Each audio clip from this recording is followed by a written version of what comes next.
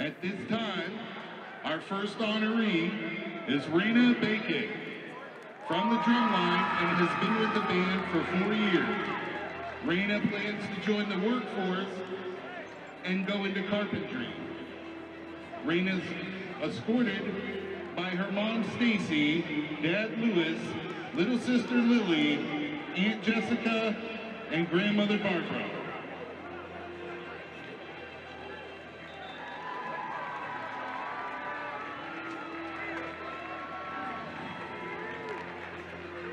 Our next senior is Micah Beal. Plays snare in the drumline and has been with the band for 4 years.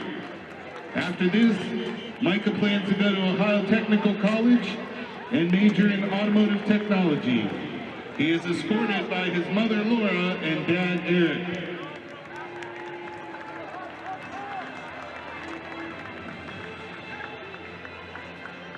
Our next senior is Kanaya Kaysen, a majorette with the Warren G. Harding Raider Band and has been a member for 4 years.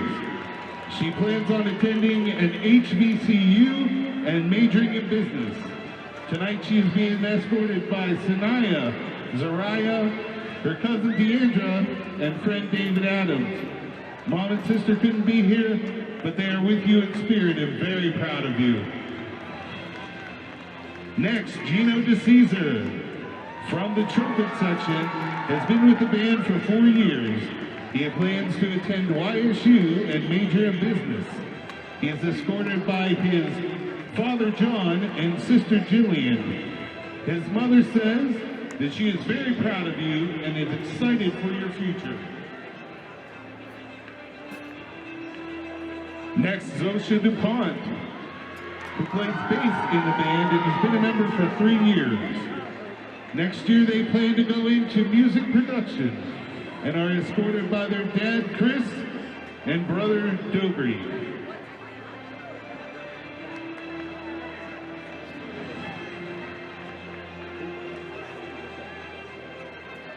Next is Emma Frazzini, playing saxophone with the band for 4 years. She plans to attend college and major in art. She is escorted by Kristen and Chad, her sister Bella, Abby, her sister, and Owen, her brother.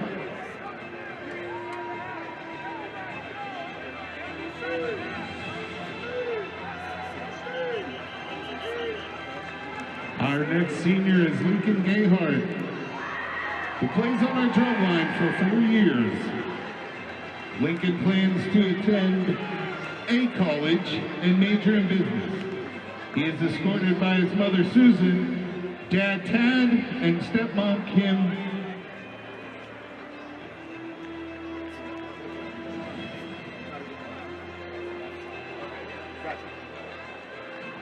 Next is Haley Georgia.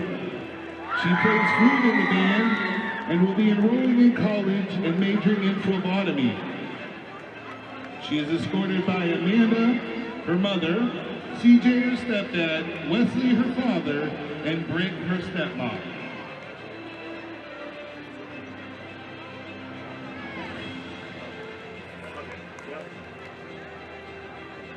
Our next senior is Angela Hudson, a majorette with the band for the past 4 years. Angela plans to go to college and major in journalism. She is escorted by mother and father Andrea and Juwan Hudson, her sister Amira, and her brother Elijah.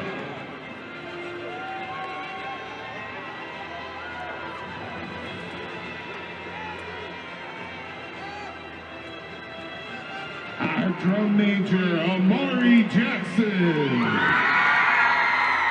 Amari has been with the band for 4 years, plans to attend Teal University and major in nursing. She is escorted by her mother and father, Dion and Gerald, and her siblings, Amaris, Sierra, Shakira, Camille, and Gennaro.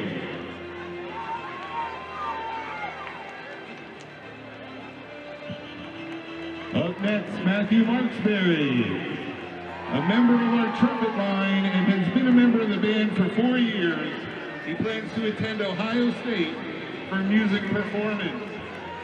He is escorted by stepdad John, and mom Angela, and her dad Kenneth, and brother Cody.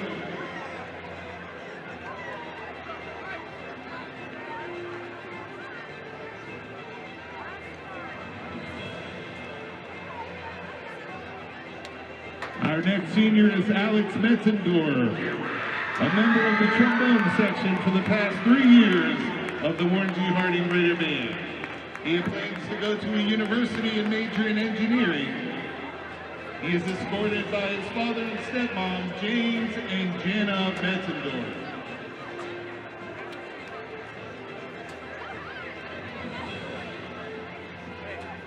Next is Ivy Maria Miller, a member of the flag line for 1 year. She plans to attend college and major in videography. She is escorted across the field by her parents, Cody and Jennifer.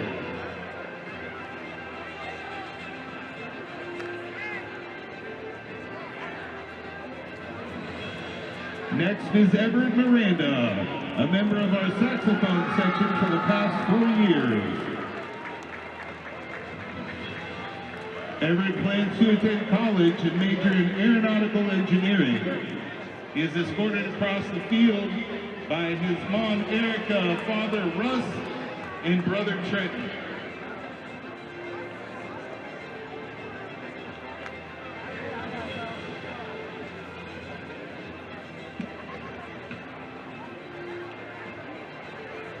Our next senior is Brooklyn Molden, a member of the flag line for the past 4 years. She plans to attend college and major in child psychology. She's escorted by her mother and father, Brandon, Brandy, and Quincy, and brother Kyler.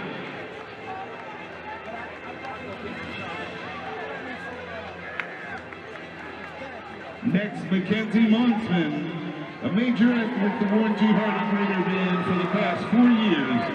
She plans to attend Cleveland State University and major in pediatric nursing. She is escorted across the field by her parents, Danella and Chris.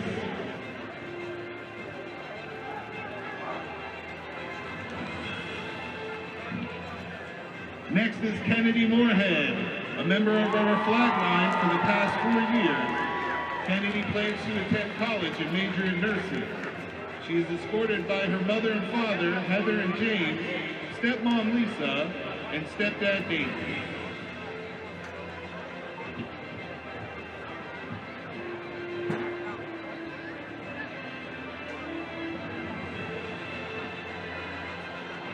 Next is Hannah Reynolds, a member of our drum line for the past 4 years.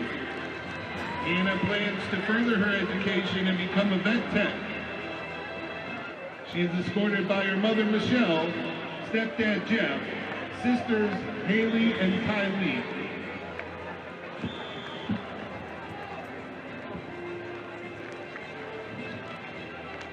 Next, Desire Saunders, a majorette with our band for the past 4 years. Next year, she plans on opening a salon and going to school for real estate. She is escorted by her mom, Latoya, dad, Joseph, sister, Jacqueline, cousin, Lakita, and her aunt and grandmother. Next is Rose Strother, who plays trombone for the Raider Band and has been a member for the past 4 years. Rose plans to attend college and major in music education, and they are escorted by their sibling, past band member Leo Strother. Up next, our head drummer Levon has been with the band for 4 years and plans to attend trade school and major in carpentry and construction. Lee is escorted by Rachel and Brandon, her mother and father, Denaya, her sister, and Grandma Rose, their grandmother. Up next, majorette Trinity Walker, a majorette with the high school band for the past 4 years. She plans to attend Howard University for pre-law. She is escorted by Shanifla, her mother, Father Julian, Brother Juju, and Miss Walker, her grandmother.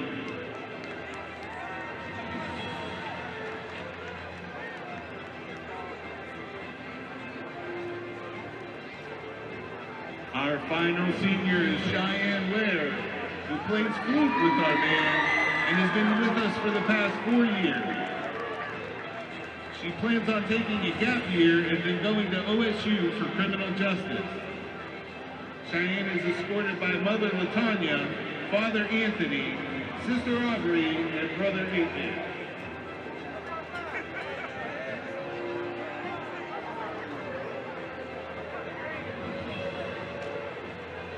Ladies and gentlemen, I present to you the seniors of the Warren G. Harding Raider Marching Band. One big round of applause for them. Let's keep it going.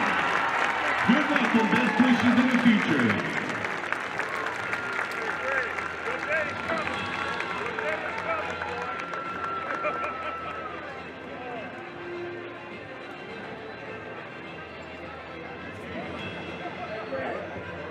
One more time, Mollenkopf Stadium. Let's hear it for the senior class of 2025, our Warren G. Harding Seniors.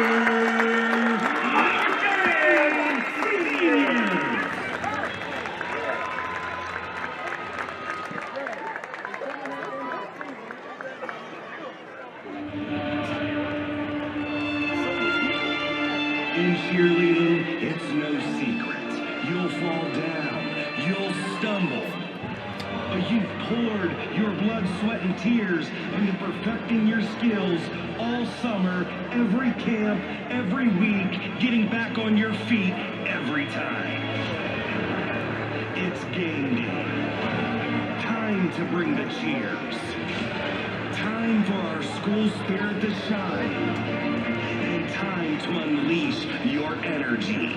Your 2024 Raider Cheerleaders.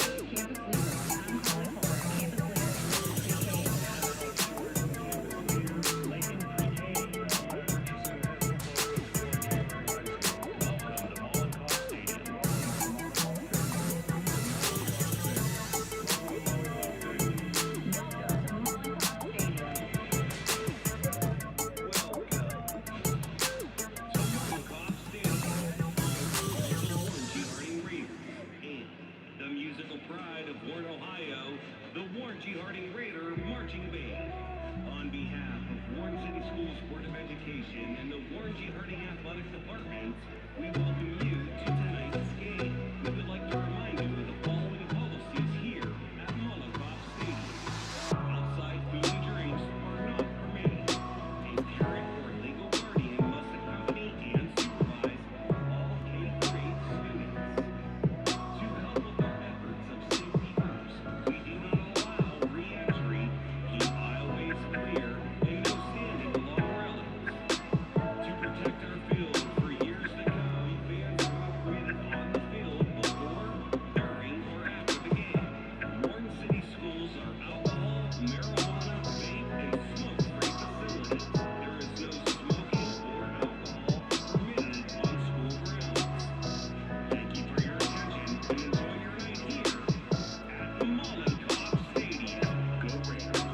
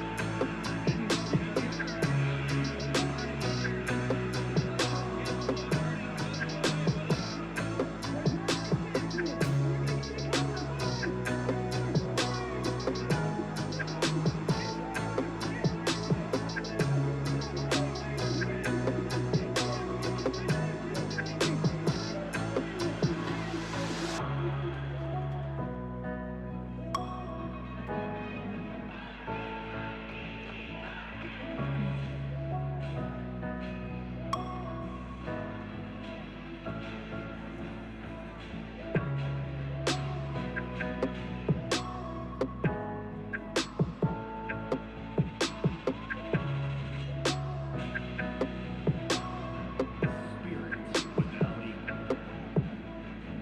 Traditions beyond compare. And for decades, we have been the musical pride of Warren,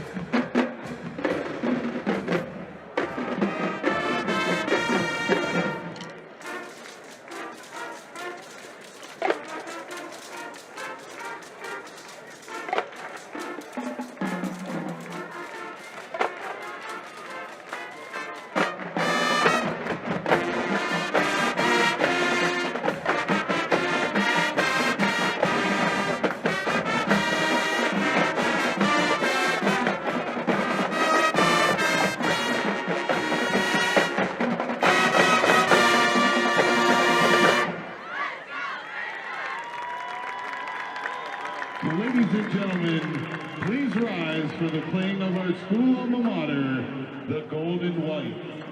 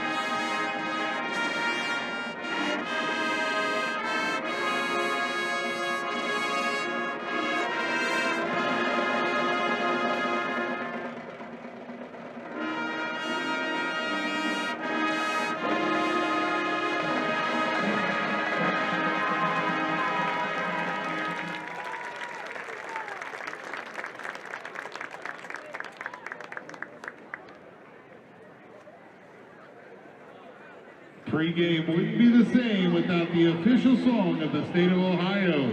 Here is Hang On Sloopy.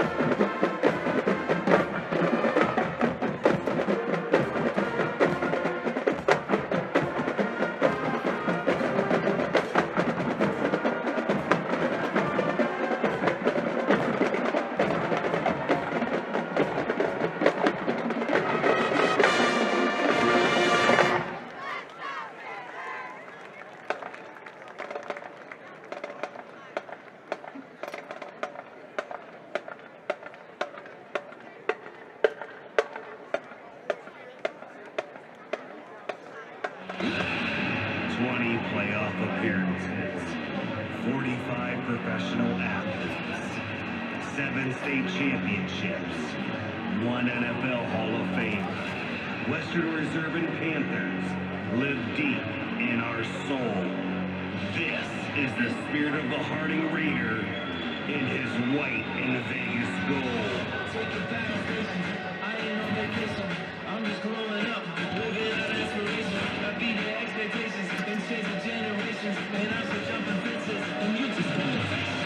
I'm certain places, but I don't need praises. I play this life like a game, like these stages, like a cat races. I'm overcoming pages.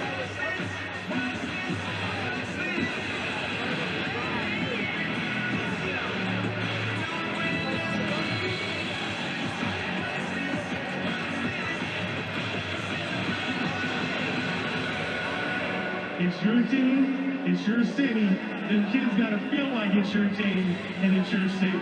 So from the east side of town to the west, north and south, we can't be put on the map if we're consumed by maps prior to 1990. This is our new era, a new moment to unite as one and support our city, our warm G. Harding Raiders.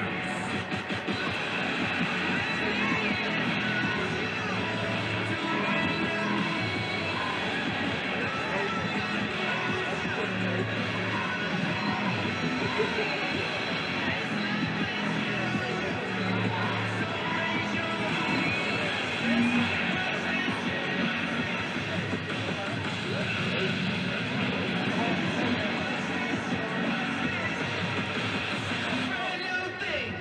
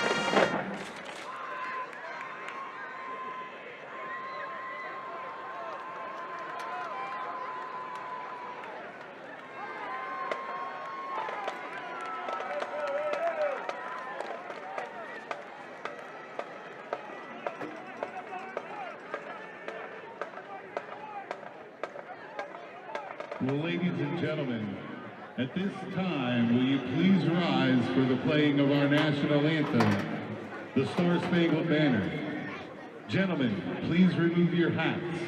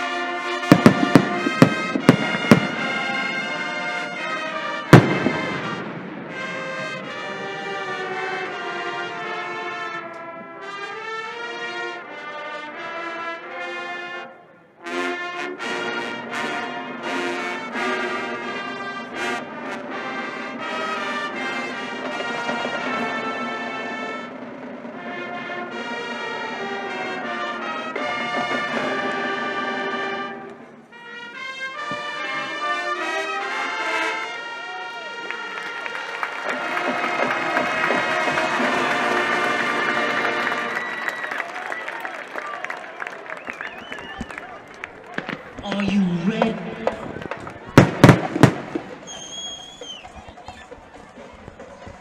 Are you ready? Good evening, everybody. It is week 5, the halfway point of the 2024 high school football season, the fastest 10 weeks of sports. Once again, we are live at Mollenkopf Stadium, and boy, have we got a good one for you tonight. Harding Raiders at 3-1, hosting the Ursuline Fighting Irish, also 3-1. Both teams coming in with a 3-game win streak. Once again, Tom Bird on hand with Eddie Colbert on my side here. Eddie, they don't get much bigger than this at this point in the season. No, excellent matchup to the halfway point of the season here. Both teams coming on a roll. Last year, Ursuline really showed Harding where they were trying to get to.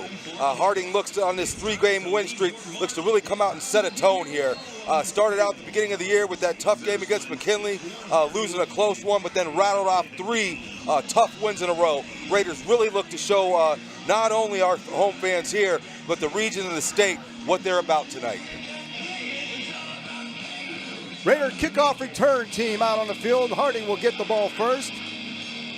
They will be defending the north goal. They'll be moving from left to right across your screen this evening. Mike King Adair and Eris Coleman Bay, the deep backs, set up for Harding. Yeah, 2 dangerous open field runners we got back there. Mike King Adair really come on just as a sophomore this year. You're going to hear us calling his name a lot out of the backfield. He's had a couple 100-yard games, a couple 150-yard games this year. As a sophomore, look to see big things from him in the future. And we've been saying Eris Coleman Bay's name for a few years now. It really locks down that secondary for the Raiders. Look for them to try to start something soon. He's quick here with this opening kickoff if they can keep it in play and give him a chance to return it. Once again, thanks for joining us. Sit back, relax, and in the words of the immortal Keith Jackson, we've got a dandy here tonight.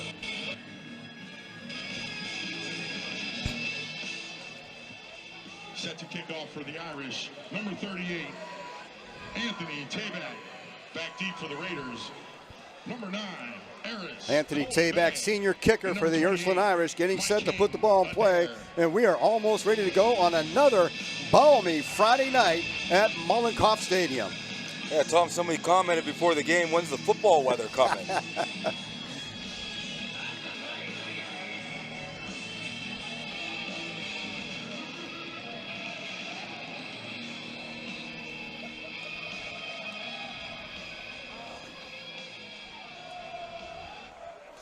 Little pooch kick into the midfield here. That ball is loose. And I think Harding has got a cover on it. Yes, they do. After a little scrum down there, but they're going to get good field position opening up their first drive at their own 34-yard line. Yeah, Ursuline comes out with a little trickery there, trying to see who was ready in the front line there. Almost could have been disaster for the Raiders, able to get on it, but once again, you talk about those two guys that you got back deep there. They can change, they can score from anywhere on the field. Obviously, we've seen all year, teams have been afraid to kick deep to them, so these up guys have had their opportunities. It gives the offense the opportunity to start out with great field position. Once again, Chaz Coleman, senior quarterback, leading his team on the field. He's got Mike King Adair in the backfield with him. Pistol formation. That's Sims in motion. Adair will get the call on first play from scrimmage. Bounces off one tackler. He can't avoid the second, and Adair is going to be tackled for about a 4-yard loss back to the 30-yard line. Yeah, give a lot of credit to the Ursuline front line there, able to stuff everything at the line of scrimmage. Adair trying to reverse field there to get outside, but the end was able to stay home, keep his responsibility, end up tackling for a loss of 2. Actually, they're going to make that a loss of 3. You know, the one big thing that I think Harding's got to do tonight is they've got to avoid the penalties. They have to avoid themselves getting behind the sticks early in the down. Unfortunately, that run's going to cause them there. We'll see what they're going to call here on this 2nd and 13. Coleman back to pass, looking deep downfield. He's got a man over the middle of the field, just overthrows, looking for Marcus Crum down the middle, just outside their fingertips. Marcus Crum, been one of Chaz Coleman's favorite deep threats. Had some big plays this year, just unable, maybe just needed another footstep there. Plenty of time, give a lot of credit to the front 5 of the Raiders there. Plenty of time for Chaz to step up, get his shoulders into that throw. Unfortunately, Crum unable to come up with a big pass here early in the first quarter. Brings up a 3rd down and 13, and the first big test for this Harding offense. I tell you, I like that play though, Tom. I like stretching I like going vertical like that. Get those safeties pushed back. Coleman rolls out to his left. And Coleman's got no place to go. He's going to be sacked inside the 25-yard line. And the Raiders will be forced to sorry about that. They're going to go 3 and out. Yeah, there might have been some mix-up there. Chaz bootlegged out or rolled out to his left there. Really like to see that, get him out, his athleticism out there on the perimeter, but just didn't seem to have many guys. I think he might have had 2 people in the pattern there. One was about 5 yards in front of him. Chaz Coleman stays in to do the punting.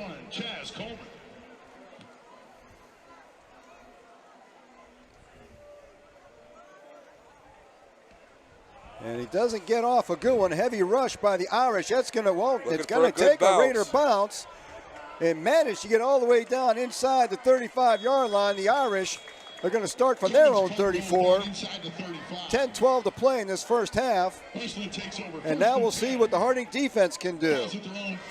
You know, this year the teams seem to have lived and died off this defense. We say that a lot over the past few years, the defense always being the strong point. I think it starts up front, but you can't discount those 2 linebackers, number 20, Raytwan Hill, and number 3, Tyler Smith. And obviously they'll put Chaz Coleman out there, blitzing him from that outside linebacker spot with that 6'5" frame. Makes it real difficult for the quarterback to get it over him. Number 0, D.C. Farrell brings his team out in the field. Quick handoff to number 2, Joe Baylog. Baylog with about 6 yards on the first play from scrimmage. Brings up a 2nd down and 4. Baylog again gets the call. He's going to get a first down. Powers ahead to about the 50-yard line on that play. Right now, Ursuline winning the battle up front. You see they want to go fast tempo offense here. And for the 3rd time, it's Joe Baylog. This time only gets a couple. That's going to bring up about a 2nd down and 8 as he powers into Harding territory, down around the Harding 48-yard line. And the Irish quickly back on the ball again. It's Joe Baylog once again. This time another couple yards. Going to bring up a 3rd down and 4 from the Harding 45-yard line. Yeah, Ursuline really trying to, as you can see, trying to establish that line of scrimmage here early in the first quarter. Devontae Taylor, the big receiver down here. He's the one to look out for, but we get number 3, A.J. Snyder, and A.J. Snyder breaks a tackle and gets inside the Harding 10-yard line where it's going to be first and goal, Fighting Irish of Ursuline. Great game plan by Ursuline there. Kept on running it. Linebackers are stepping up quick, able to hit that little slant over the middle. Nobody home, wide open pass. A.J. Snyder, the big tight end, 6'3", 227 listed on the program. This time Farrell's going to keep it, try to get around that end, and Farrell's going to lose a yard on that play. That was scoped out well by that Harding defense. Yeah, Harding may be undersized to some extent up front, but what they are undersized is they make up in speed and athleticism. You saw it right there, east to west.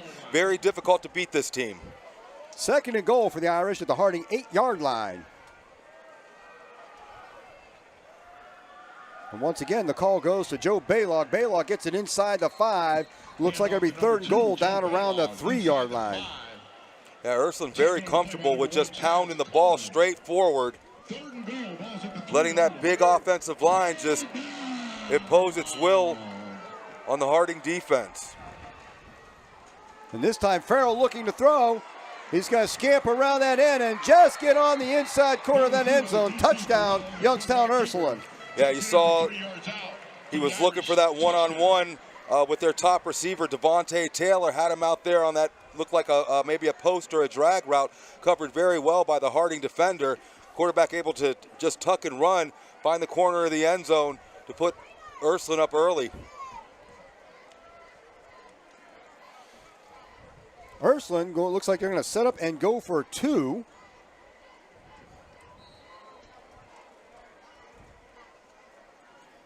And there's a run right up the middle, and that's going to be complete.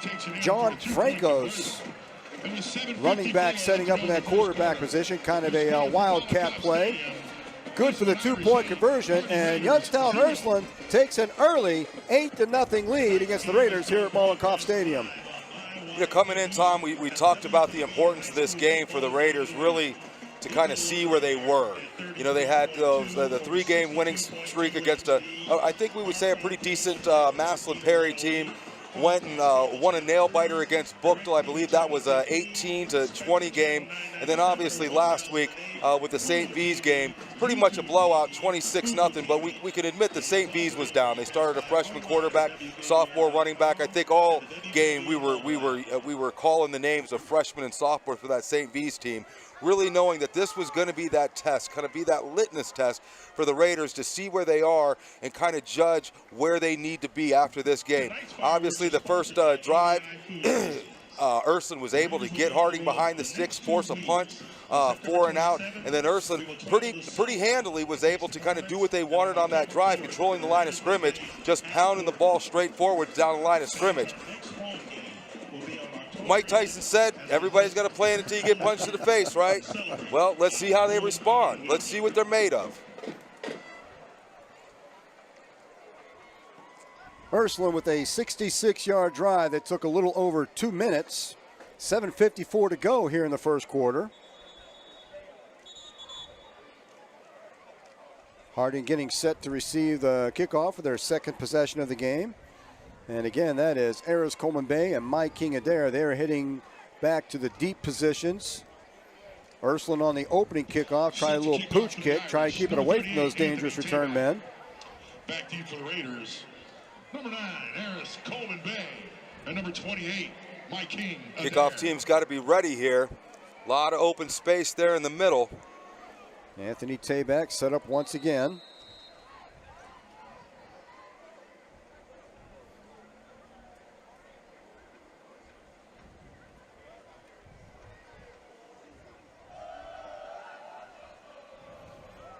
And a little deeper this time. That's going to be taken by an upback around the 16-yard line.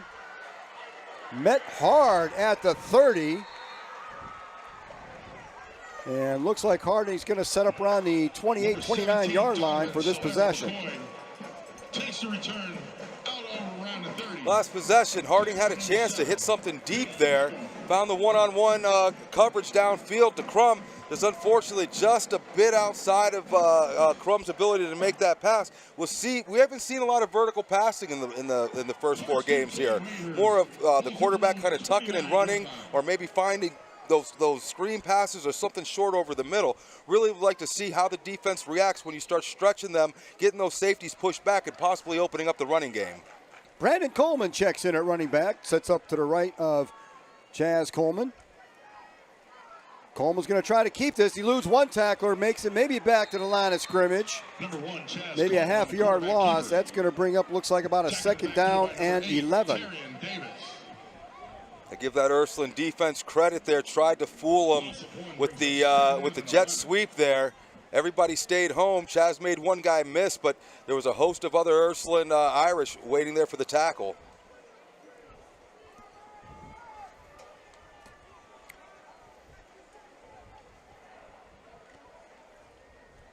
Second down 11. Harding has found little fortune in running the ball right now.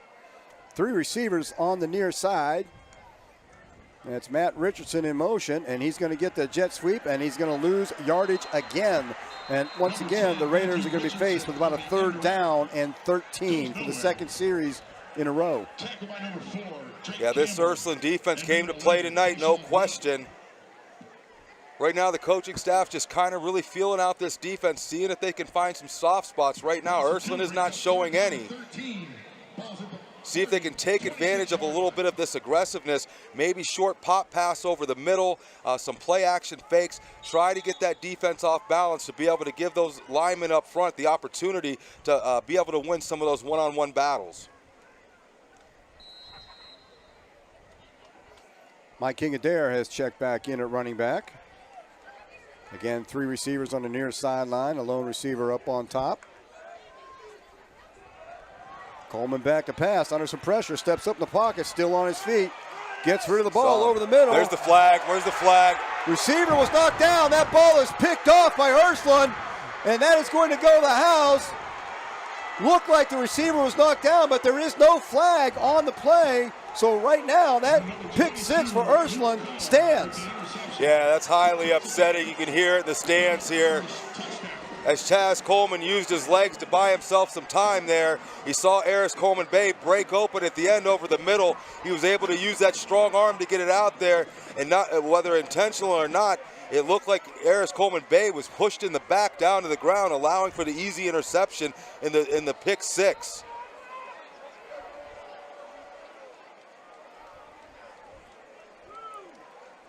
Not quite sure what the interpretation was on that, because there was some definite contact there. At any rate, that touchdown stands. It is Ursuline 14-0. They are sending on number 4. It's like Drake Campbell to attempt the extra point. And it's a fake. That's D.C. Farrell was the holder. He doesn't make it back to the end zone, so the score remains Ursuline 14, Warren Harding nothing, with 6:24 to play in the first quarter.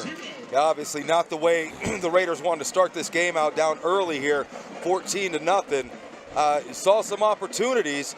Unfortunate there, the possible missed call on the pass interference leading to another Ursuline touchdown, but hey, you got a lot of time to play here. You're halfway through the first quarter, got an opportunity to get the ball back. You have multiple players on this offense that can score from anywhere on the field, and they've shown the ability to put together 9, 10, 11, 12 play drives to be able to tire out this defense and establish that offense moving down the field.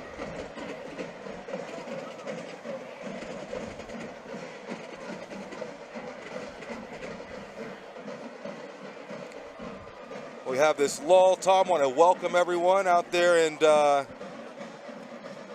TV land. Checking out the WSCN broadcast. I know Steve Shiro's out there, the superintendent of Warren City Schools, with his son Santino. Their friends and family down at Ohio State for the University Parents Weekend. Just an amazing opportunity we talk about every week. You know, that WSCN and the students and Fred and Frank and Brandon with everything he's doing with the sounds and the scoreboard here. Just amazing opportunity that's presented to us to be up here and to the fans that get to enjoy these games from their homes. Absolutely, and we truly have a nationwide audience. We have folks from all points tuning in. Once again, my good friend Timmy Campbell out there in Idaho, daughter Violet down there in Cincinnati. We've got folks all over the place checking in on us, and hopefully Harding can start putting something together and give them a show. Yeah, it's like I said, obviously not the way the Raiders expected to start this game, but it's early. You know, it's real early here. They've shown the ability to be able to stay in and fight in games like they did with the McKinley game, like they did with the Buchtel game, and like they did with the Perry game was a comeback win. Tabak for the Irish, set to put the ball in play again. Couple pooch kicks to start off. And again, it's an onside kick. And that ball is corralled over there by the Harding up man. It looks like number 16, Asa Birch, able to haul that one in. And as onside kicks go, that was a pretty well executed one. Yeah, that was close. It got the bounce they needed. Asa was able to not just get his hands on it, but it was more of wrestling it away from the Ursuline defender that was coming through at 100 miles an hour trying to take it the other way. Ursuline showing a lot of confidence in their defense, and for good reason. Trying to get the ball back and willing to sacrifice field position for that. Harding with their best field position of the evening. They're starting out on their own 47-yard line. We've seen some opportunity when they've looked to go vertical. The last one, if it weren't for the receiver getting bumped and falling down, they could have had a big play. Let's see if they go back to it. He's got a completion over there to number 21. That's Devin Morgan. James Jones, sophomore, we see him get in a few series every game. Once again, showing the big arm there. That was a long out pass over there for a nice gain of 9 yards. And pretty much the first positive yardage for Harding on the night. Second down and a short one. Takes it to the Ursuline 44-yard line. Second down and 1. As Harding gets it into Ursuline territory for the first time at the Ursuline 44-yard line. Ursuline with the three-man front. Looking to confuse the defense, blitzing from different angles.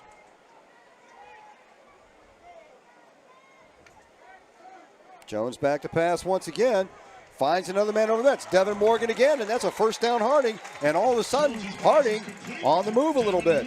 Devin Morgan last game had a touchdown, started calling his name. But once again, I like the idea of dropping your quarterback back and trying to exploit this defense with your passing game. Coming in knowing that the running game was kind of what was doing it for the Raiders, wanted to stack that box. Let those wide receivers get out there in open space and make plays. Brandon Coleman checks in. James Jones again. Another quick pass. Another completion inside the 30. And the Raiders are inside the Ursuline 20. First down, Harding. Devin Morgan one more time. James Jones to Devin Once again, James Jones coming in, bringing a spark here, hooking up with Devin Morgan. Another positive play for the Raiders, utilizing that passing game, finding those one-on-one coverages to the outside and exploiting them. And all of a sudden, it has become the James Jones, Devin Morgan show as Harding has a first down at the Ursuline 18-yard line. And Harding threatening for the first time this evening. Pistol formation here. And there's a run up the middle, down around the 15-yard line. Mike King Adair powers it down to about the 10-yard line. Second down and short. Mike King listed at about 165, 170, ran like he was 225 right there. No fear in those legs. takes it down to the 11-yard line. Second down and 3 at the Ursuline 11-yard line. Harding knocking at the door.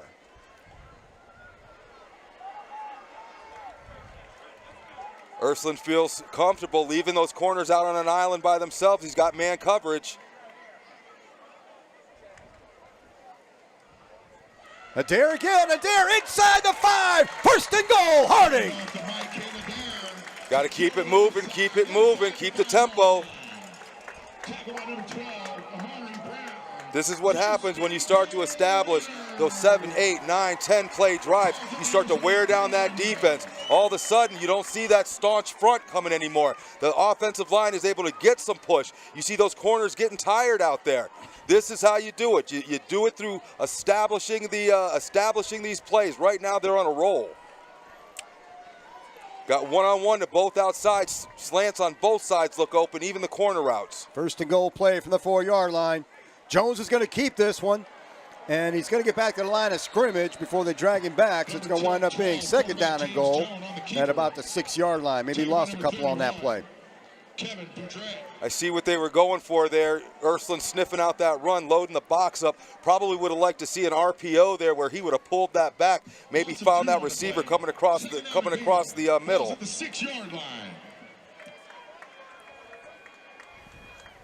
These are what I call purpose plays, Tom. I mean, you're down 14-0 in your own house. You've had this positive drive. You want to get in the end zone. Second and goal at the 6-yard line. Jones throws a 50-50 ball up there. Looking for Chaz Coleman. Are they calling it an interception? And they are calling it an interception and a touchback. Ursuline will take over at their own 20-yard line. Bringing Chaz Coleman in at receiver to try to shake things up again. That jump ball couldn't quite come down with it. Ursuline comes down with the interception, and Ursuline keeps the Raiders out of the end zone on the turnover. Hey, let's give credit where it's due. Deshaun Will, senior, number 11. Let me see what they got him listed at. 5'10". They got Chaz out there. I like the call. They saw the one-on-one coverage out there. Throw up that jump ball to that corner out pass. The 5'10" guy was just able to go up for that 50-50 ball, come down with it inbounds. Just a big heartbreaker for the Harding offense there. Defense has got to come out here and make a stand. Harding with their best offensive drive of the night, and there, I think Chaz jumped a little bit up there on that left side of the line. That's going to give Ursuline a quick 5 yards on this series of plays. This is where you got to calm them down. You got to keep your composure here. Still early, 3 minutes in the first quarter. Still great, a lot of opportunity, a lot of time left in this game.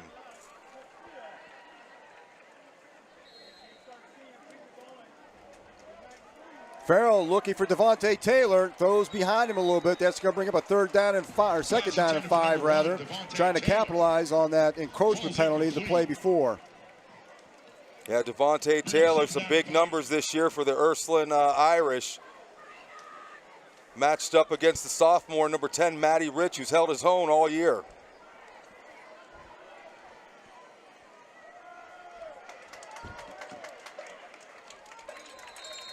Looks like Joe Baylog with the play, gets a couple, he's going to bring up a third down. And the yards coming just a little bit tougher for Ursuline as the defense starts to pick things up a little bit. Third down and 3. Got to watch the count. They've been susceptible to the hard count. Baylog with the call. He's going to get a first down and a lot more. Joe Baylog breaks it into the Harding secondary, in the Harding territory, all the way down to the Warren Harding 43-yard line. Takes it out over midfield. Tackle by number 17, Donovan Solero. Irish quick back up to the line. Irish, balls at the Harding 44. Irish again going back to that quick play offense, and they cut themselves that time, so they're going to get 5 yards going the other way. Getting yourself behind the sticks on first down can really be a drive killer here after a big play like that. Let's see if the Harding defense can take care of this 1st and 15. But right now, Ursuline's offensive line just controlling the line of scrimmage. That was number 3, A.J. Snyder, a little over-eager on that last snap. It's first down and 15. Ball taken back to the 49-yard line. That's Baylog once again picking his way through. Gets back to about the original line of scrimmage down around the 44. That's going to bring up second down and 10 for the Irish. 11, Aiden Allen gets the penalty yardage back. Second down and 10.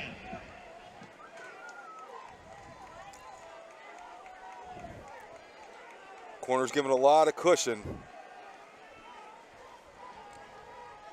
Farrell looking to throw. He finds a man out there in the right flats. That's number 10, Jaquise Liason. Jaquise Liaison. Jaquise Checked by Liaison. number 8, Steven Sims. Big play right here. I think Ursuline's probably in 4-down territory. Baylog once again. Baylog's going to power ahead for the first down. Down to about the 32-yard line. First and 10 Irish. Joe Baylog gets it down to the 32. First and 10 Irish. Ursuline really controlling everything with this tempo offense. Farrell over the middle. Finds number 5, Marquise Patterson. Close to another first down. Looks like he'll be about a yard short. Second down and 1. But watch how Ursuline, what they're doing here. They're running the ball, controlling the line of scrimmage, really making those linebackers step up. Corners playing 10, 12 yards off. Safeties 15 yards back. So all they got to do is just mix that up a little bit. They've got the middle of the field on the drags and the slants are wide open. Down to the Harding 23-yard line. Second down and 1. Officials Like they're going to measure. We got an equipment issue.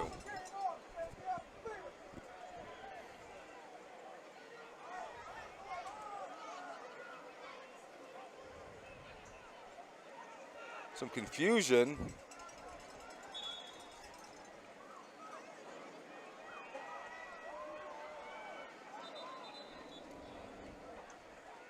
Yeah, it looks like they may have a clock issue. Everybody's back into position.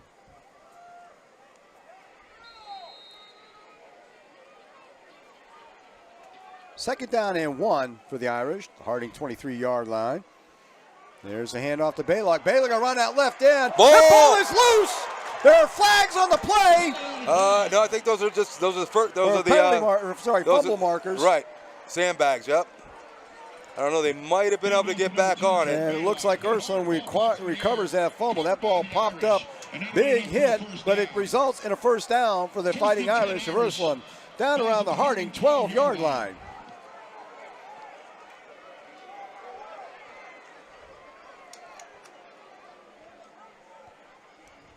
Ball. And a high snap, and Farrell's got a fall on that one. That's going to be a big loss.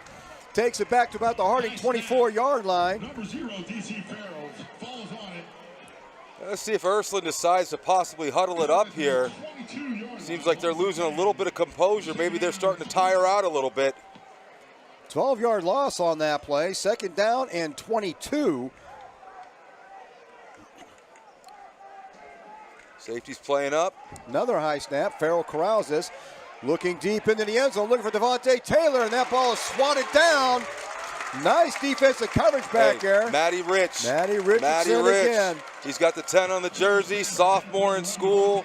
Listen, he has shown up every game.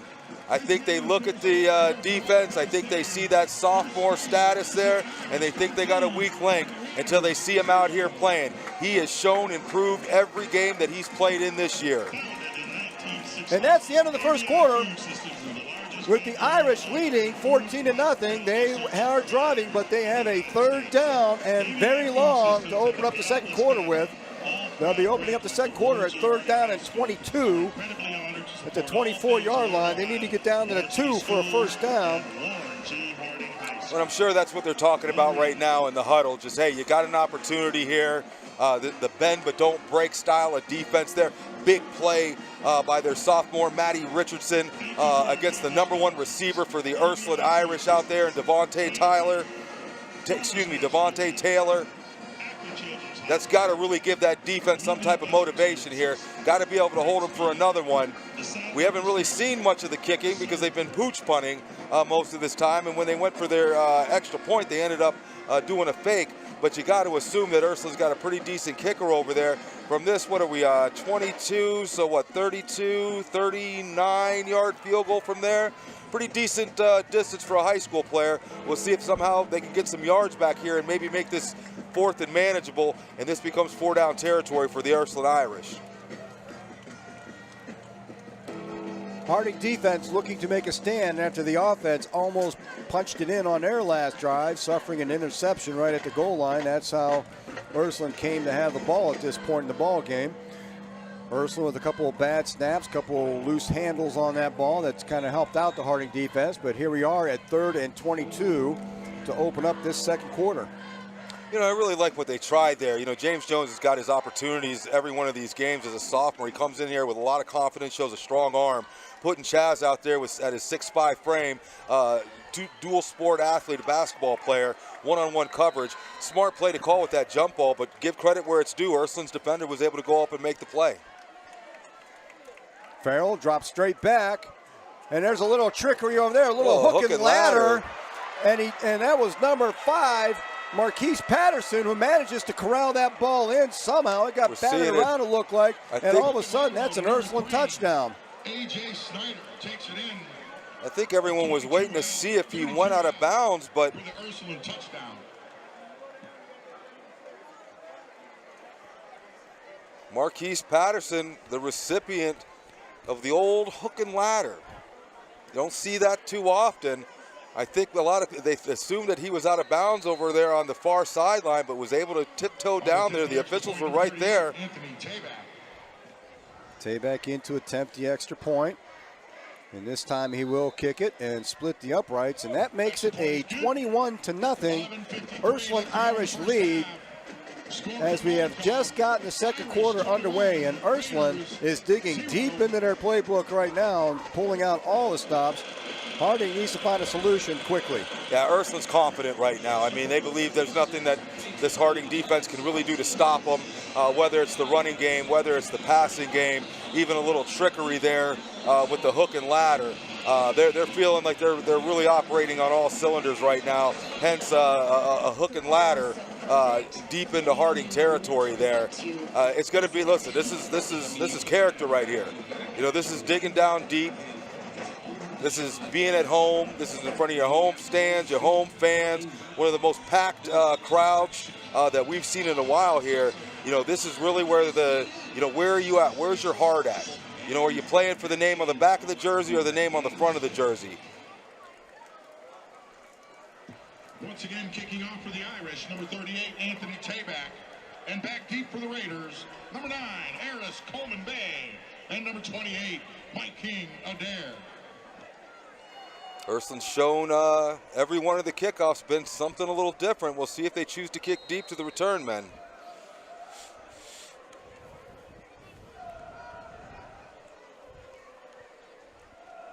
The Irish have yet to test the return man. And this time looks like it's going to be Eris Coleman Bay getting his shot. Gets it out to about the 25-yard line, and that's where he'll be stopped. And that's where the Raider offense will take over. With 11:46 to play in the half. Yeah, another opportunity here. We saw the offense get a lot of positive plays on that last drive through the air with their quarterback, Mr. Jones, coming in there. I assume they'll probably go back to their starter, Chaz Coleman, for this drive, but they'll see if they keep that same mantra of trying to go through the air to beat these corners one-on-one outside. And it is indeed Chaz Coleman coming back out in the quarterback position. It appears to be Mike King Adair going wide out. Coleman in the backfield all by himself.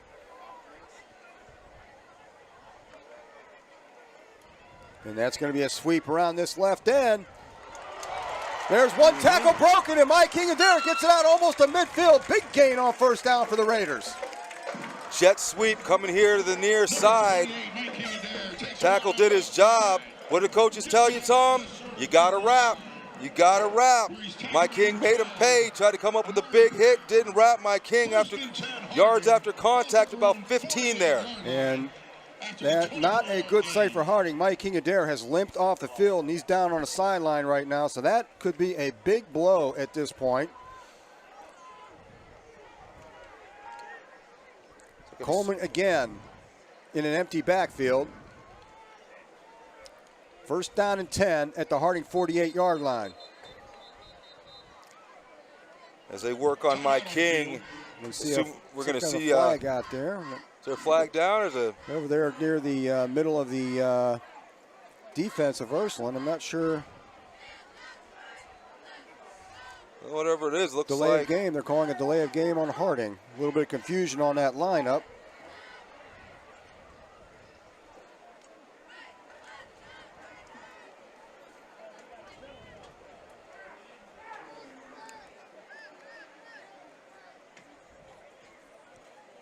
confused on, did they? Penalty takes the ball back to the Harding 43-yard Harding's huddled up on the sideline like it's a timeout, but I don't see that they took anything from. There may be a media timeout. This game is being broadcast on local television tonight. I think we call them the B team, right? Yes. The B team. We're proud. Big game for both teams here, being put on TV. We jokingly, call them the B team over there, but no, we wish them the best of luck tonight in their call and providing great entertainment, for the region here with two storied teams in the Ursuline Irish and the Warren G. Harding Raiders. I see we've got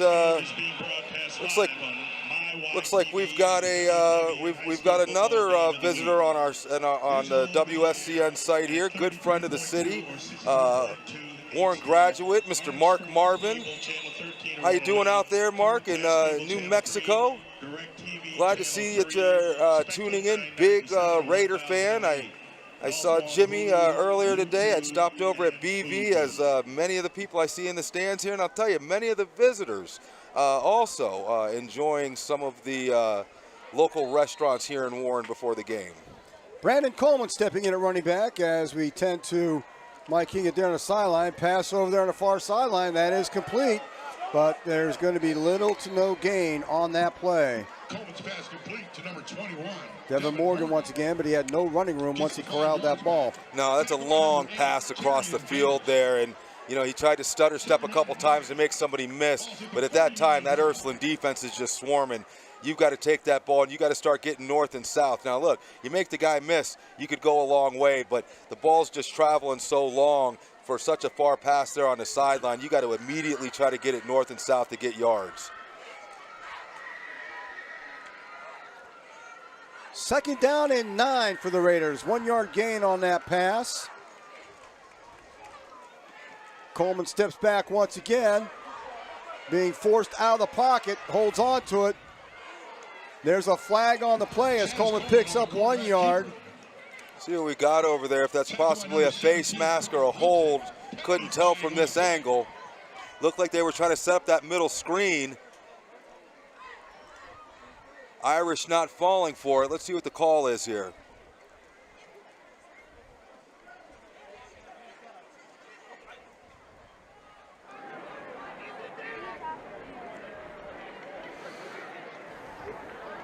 It looks like it's going to go against the Raiders as they're starting to walk back.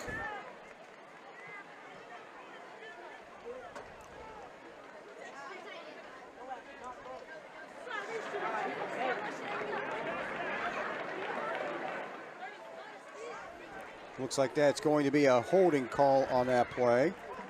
That's going to push the ball back to the 39-yard line and bring up around looks almost a second down and almost 20. Yeah, penalties will really kill a drive, getting yourself behind the sticks here. Going to bring in a second in long, but you've seen, it looks like Harding has tried to take advantage of that pressure that's coming from the Irish with doing some screens, but they've been able to stay disciplined because I think they're really mush rush trying to protect against Chaz doing this and running the ball. Coleman manages to pick up a few on what appeared to be a planned quarterback draw. Gets about maybe 4 yards on that, back up to the 44-yard line. And still third down and long, third down and about 14 coming up for the Raiders. Back in the early 1900s when I used to play, and quarterbacks running the ball was very prevalent. They talk about something called a mush rush, and it was the ability to kind of have a spy without having a spy. You're rushing, but you're kind of holding back a little bit, knowing that quarterback is prone to run. And it looks like that the Irish defense has been able to discipline himself. Avoids one defensive lineman, gets rid of the pass. It's going to fall incomplete. And again, the Irish with a big rush. That brings up fourth down in about 14. And the Raider punt team makes its way to the field. Yeah, opportunities downfield here. You can see that cover two. The safety's dropping. A lot of space open in the middle here. I think that's kind of going to be, if they're going to be able to win in the passing game, it's going to be splitting that cover 2 between the safeties in the corner with the wide open middle there. Chaz Coleman on to do the punting. Irish brought a big rush on the last punt. We'll see if they do the same again, and they are coming hard. Coleman gets off a nice punt. That's going to go out of bounds inside the 15-yard line. So Coleman finds a sideline over there and gets Ursuline pinned back at least a little bit for the time being. Yeah, no question. Harding defense has got to come out here and it's got to make a statement here.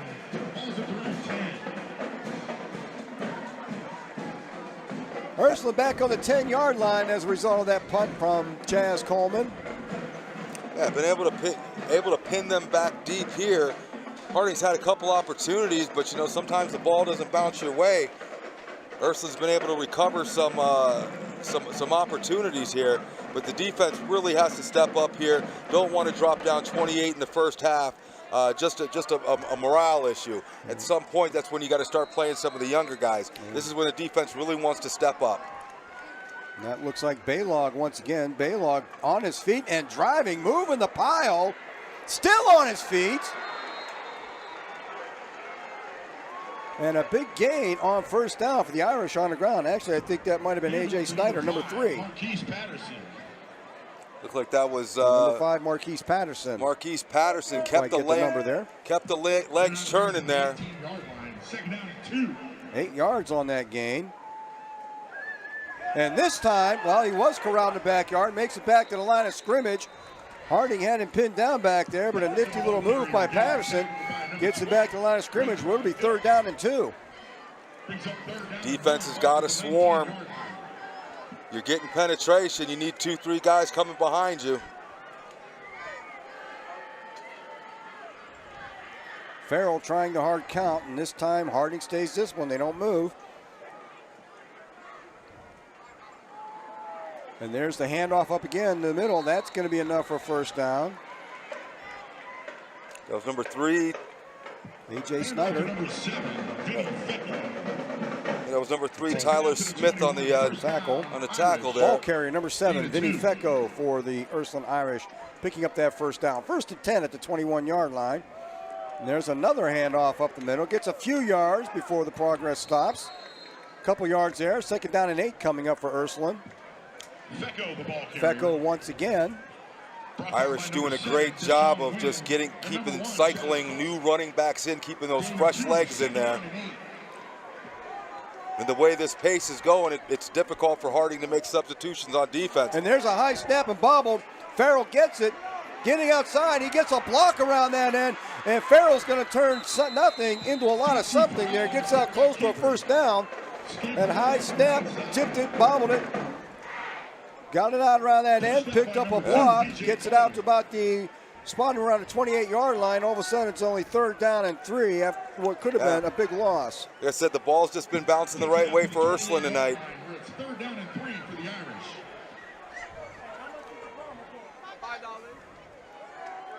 Nice this play time on it's 3rd Fecco, and 3. and Fecco gets nothing. Actually, a loss there. He's met as soon as he gets the ball. And for the first time tonight, we see the appearance of the Ursuline punt team as they face a 4th down and 6 at their own 26-yard line. That big defensive stand by the Raiders right there. Ursuline's been pulling some trickery all night, though. Don't just rely on this actually being a punt. We've seen them fake the extra point.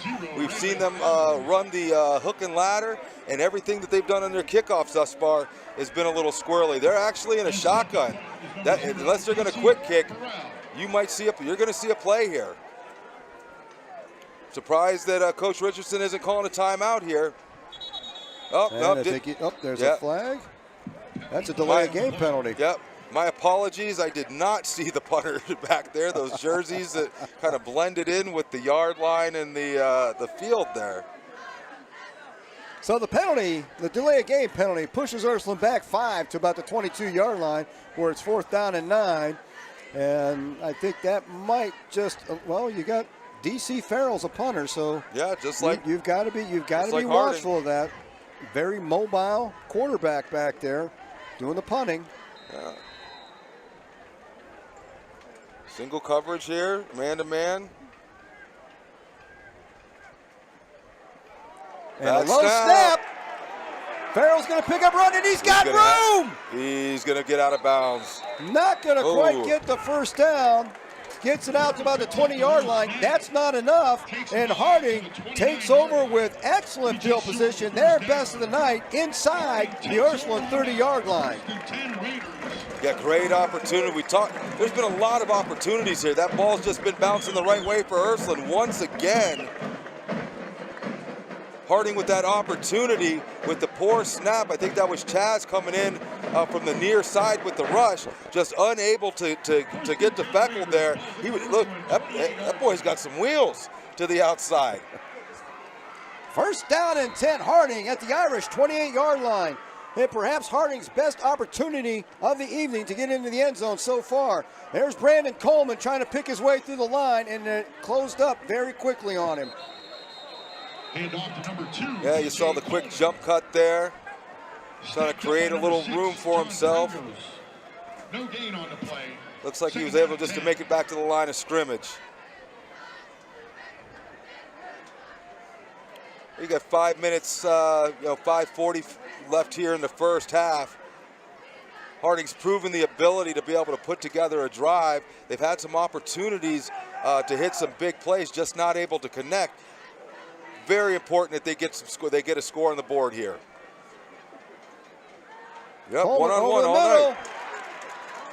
And there's a first down inside the 20 for Harding. And it looked like he said Pass complete to number 29. Marcus Crum. The opportunity has been there tonight with the passing game, whether it is that soft middle with the cover 2 or it's when Ursuline decides to go one-on-one with our athletic receivers. Looks like once again they're going to line up Chaz. James Jones checks back in. He's going to line up to the near side here, bottom of your screen. First and 10 at the Irish 18-yard line. He's got a sophomore, looks like number 14, Ray Javi on him. Single safety. That looks like Brandon Coleman, who again is met at the line of scrimmage for no gain, brings up a second down and 10. Maybe a yard on that play. Let's call it second down and 9. Stacked up by number 12. Yeah, Ursuline's core 6 or 7 really doing a good job at just stacking up the middle there. Let's see if we start to see some play action here to see if we can get those corners to bite and jump.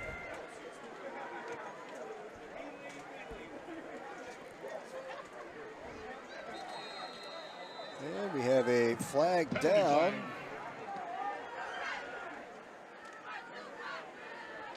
An illegal substitution call. Whatever it is, I think it's 5 yards. Going to back up the Raiders 5 yards.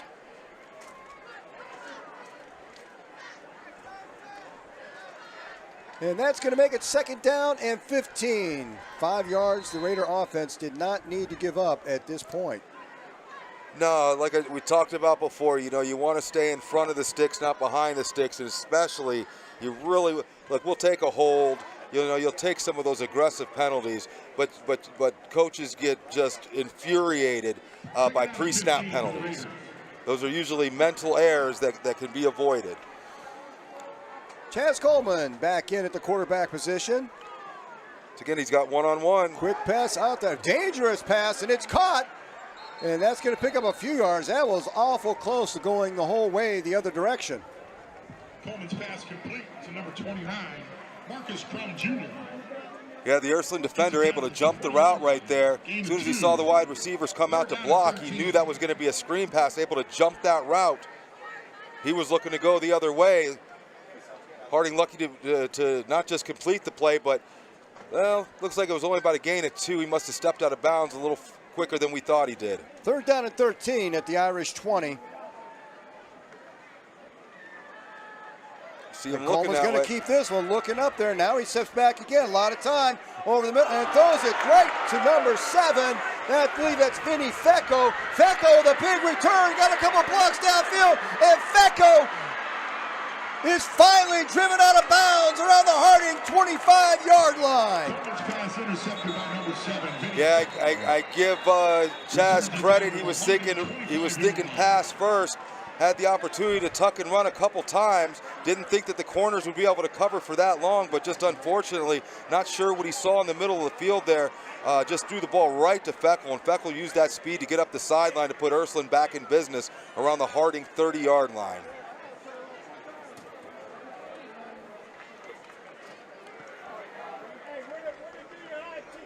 Once again, Harding knocking at the door and unable to capitalize, and again, another drive deep into Ursuline territory, stalled out by an interception and a big return all the way down to the Harding 25-yard line, where it's now 1st and 10, Ursuline.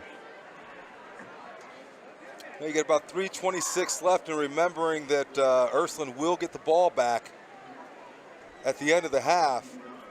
Once again, looking on the shoulders of this defense to try to keep Ursuline out, to keep this to a 3-score game before we go into the half. 3 receivers down here to the near side. It's going to go looking into that one-on-one. end zone. Looking for number 14, Ray Javy over there, overthrows him. That was Harris back there on the coverage, out on an island by himself, and that man-to-man coverage, stride for stride, step for step. Second down and 10. Second down and 10 off that incomplete pass. 3:20 to play in the half. Again, 3 receivers on this near side. Devontae Taylor, their lead receiver, by himself up there on the top, and that's where Farrell's looking, and this time he finds him inside the 10-yard line. That's a 1st and goal, Ursuline, at about the Harding 9-yard line, as Farrell, we're going to flag in the backfield. Let's check on that before we move the chains. Couldn't tell if there was a hit on the quarterback. Penalty flag on the play.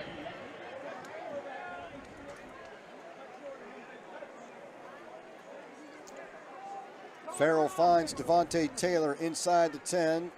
Still trying to sort out the flag. A couple of the initial player reactions seem to indicate that that will go against Harding, but we have not yet gotten the official call on this one. And they are indeed moving that ball up, or are they? They're going to call roughing. Well, roughing the passer will be called on the Harding defense. They're going to tack that on to the end of the play, halfway to the goal. So now, Ursuline has a 1st and goal inside the Harding 5-yard line. At the 5.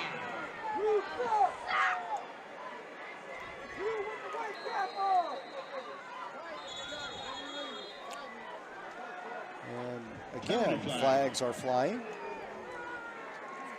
Delay of game, a signal, or it looked like that's what they signaled, but it was awful quick for a delay of game.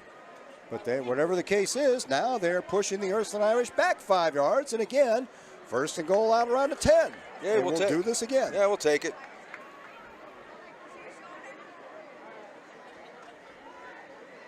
It seemed like it took the officials a while to figure out that roughing call.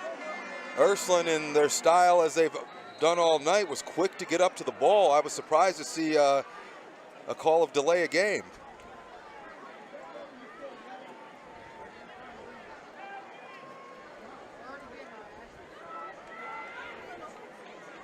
Still 1st and goal at about just inside the Harding 10-yard line.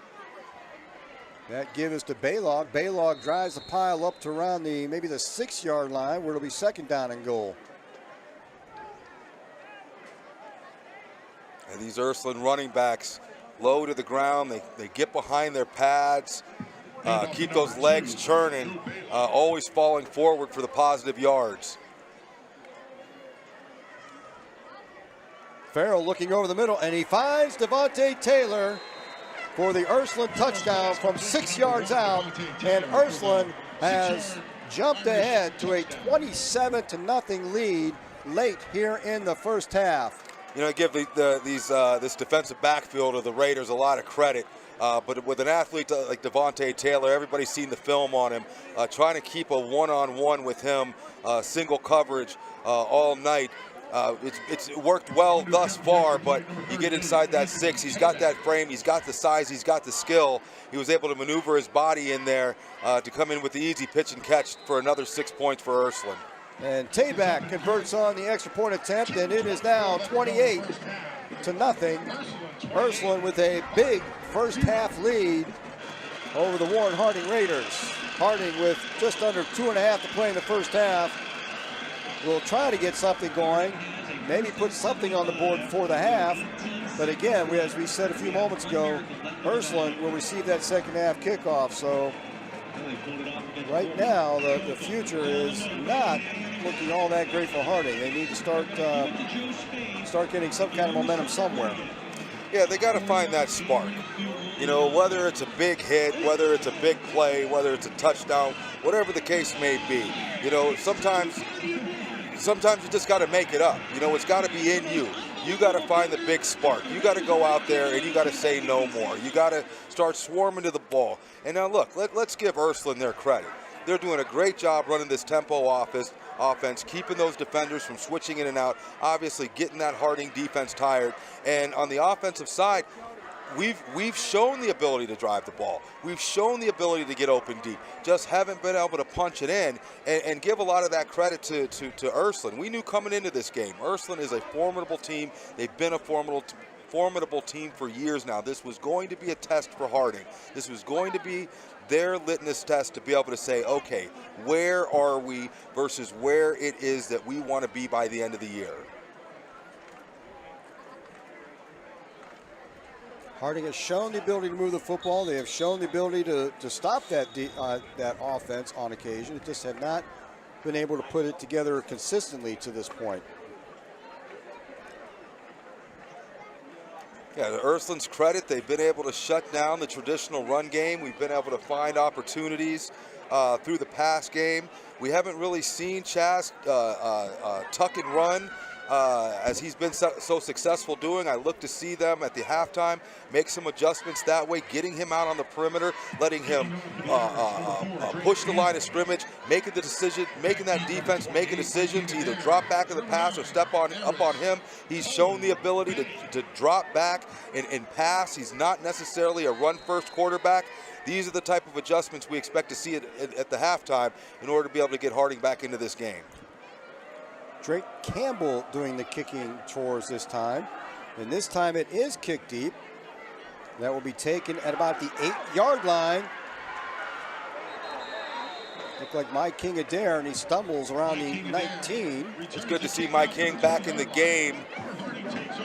He took a pretty big hit there on that jet sweep. He bounced off it for some big yards, but he seemed to be in some pain on the sideline. Good to see the young man back out there. I think that's no, that's Crum. 29. No, I'm sorry, that's Crum. So we have not yet seen Mike King Adair. Sometimes it's hard to see those Harding black-on-black numbers, but that was 29, Marcus Crum on the return.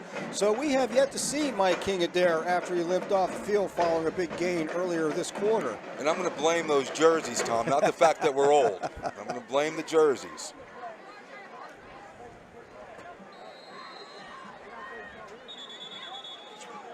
I think just a lot of whistles here.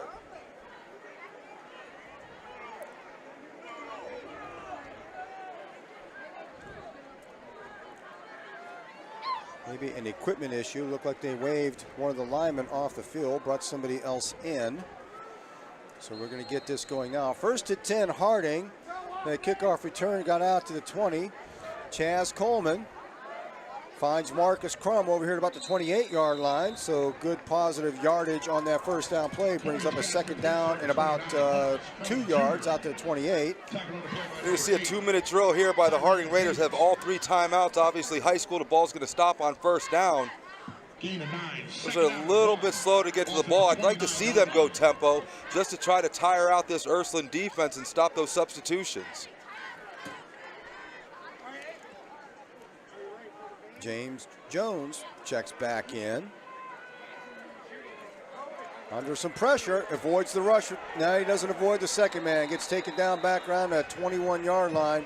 So after that opening 9-yard gain, they give most of it back on that second down play, and that's going to bring up a third down and long. James Jones dropped back, looked like he was trying to go through his progressions there, really like his footwork in the pocket. See how he steps up when that outside rush comes in, but there comes a point right after that step up where you got to either duck that out of bounds or you got to throw it to the feet or try to make a play on a 50-50 ball downfield. And Ursuline taking a timeout, trying to conserve a little bit of time. They got eyes on getting that ball back and doing some more damage before the half, as it is 3rd down and 9 for the Raiders. Yeah, obviously, I don't know. I think Ursuline's, what, D5 or maybe even in higher, maybe a D6. But, you know, Ursuline, this is what they do. You know, they're playing D2, D1, D3 teams all year long. Just really takes a handful of wins for them to find themselves in the playoffs, and deservingly so. They have an amazing program over there. But I think, you know, there is something special about coming to this stadium. There is something about the lineage of Mollenkopf Stadium. I think anybody who steps foot in here from the opposing side, you know, they want to make a mark here. They want to be able to they're 35, 40, 50 years old and talk about that game over in Warren at Mollenkopf Stadium, and you can tell Ursuline's trying to do something like that tonight.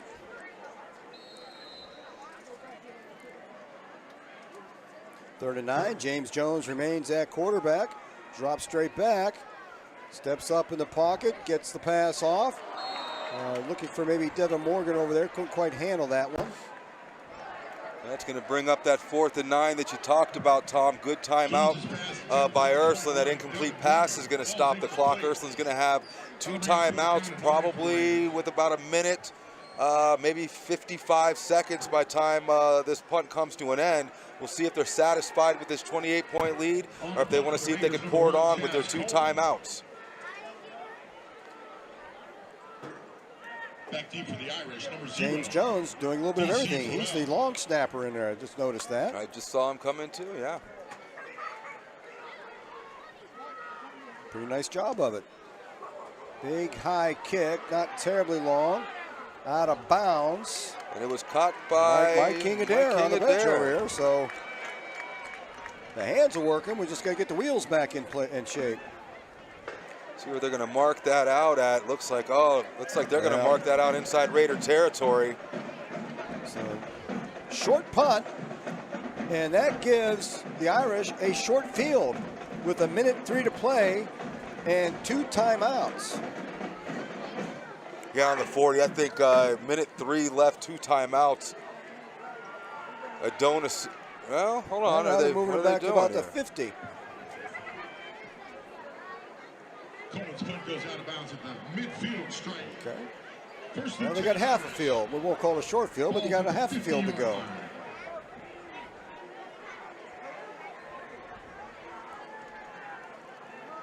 I think the Irish would love nothing more than to put a few more points on the board, knowing that they're going to get the football after halftime.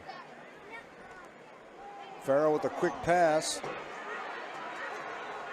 A lot of space, a lot of speed. Finds number 10, Jaquise Liaison out there, and Liaison makes it a big play all the way down to the Harding 16-yard line, where it's 1st and 10 Irish. A simple screen to the high side there, a couple blockers out in front of them. After that, it was just turning on the jets and getting upfield. Looks like they're bringing it back, though. I didn't see Flag that. on the play. And we're marching back. Possibly a holding call is going to negate that fine screen down the sideline.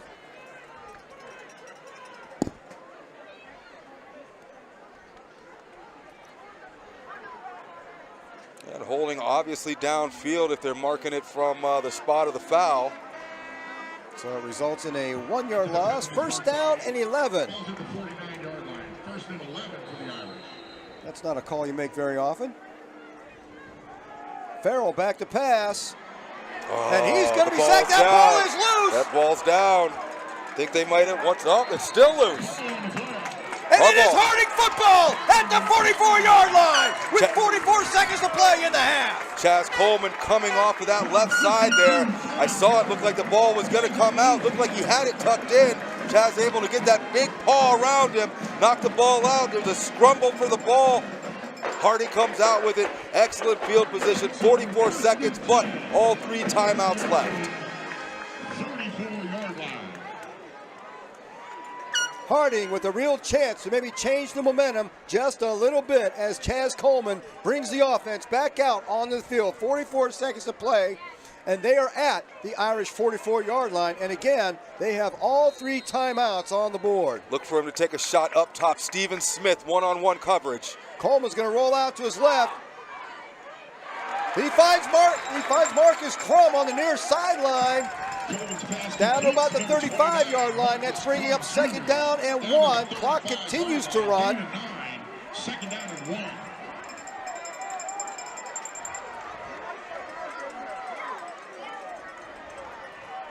20 seconds.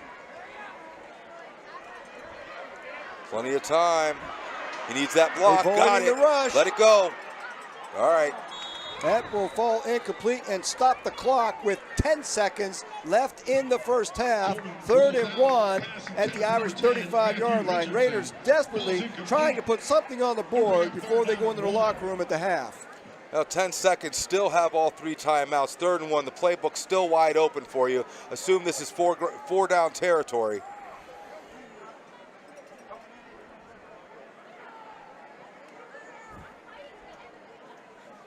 Raiders trying to capitalize off that fumble recovery on the last series of plays by the Irish offense.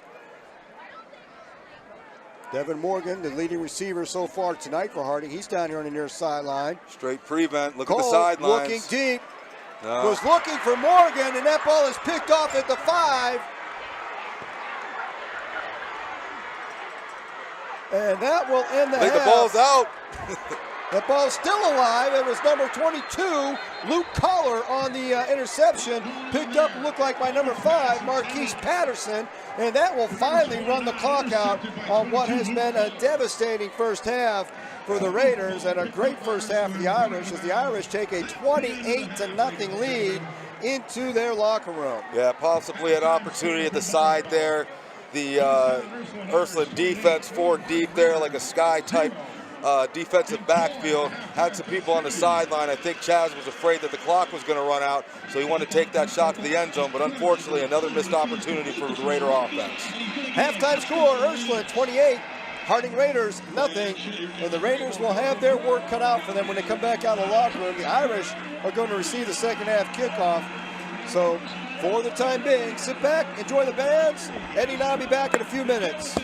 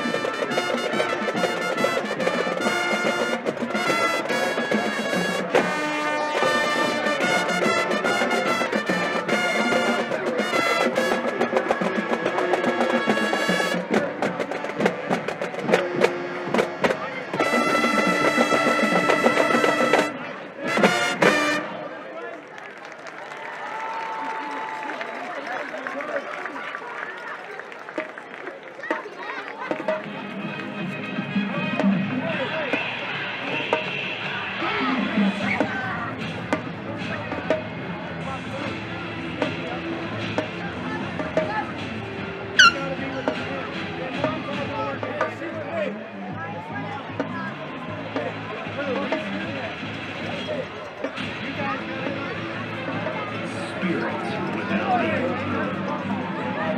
Traditions beyond compare. And for decades, we have been the musical pride of Warren, Ohio.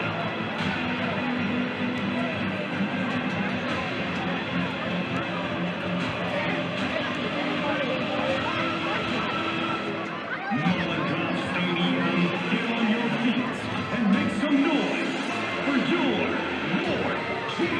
Harding Raider Marching Band. Mollenkopf Stadium. Tonight we present the 2024 Raider Marching Band. The band is under the direction of Reed Young and Heather Cerny. Summer assistant and coach Kristen Richter, Melanie Glad, Abigail Manich, and Rebecca Chapel. Our major instructor is Steve Davis. Flat-side instructors are Celeste Harris and Ryan Coder. Percussion instructors are Brian Yoder and Jordan Russo. The band is led onto the field by field commanders Ryan Jackson, Zayshawn, and head drummer Lee Vaughn.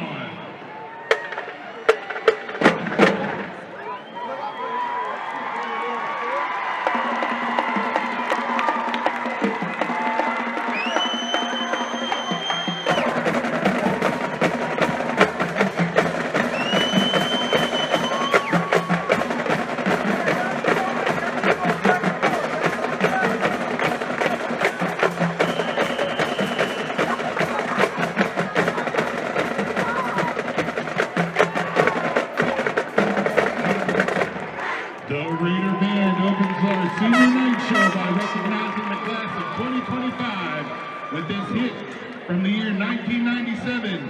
Here is Everybody Back Streets Back.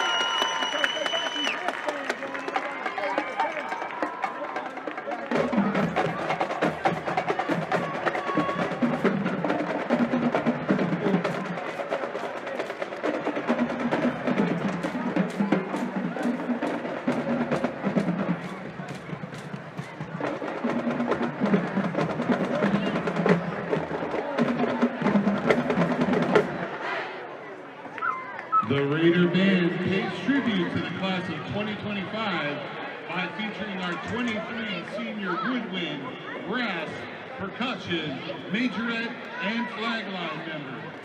The Raider Band hopes the senior class has a great year as they perform All of the Lights.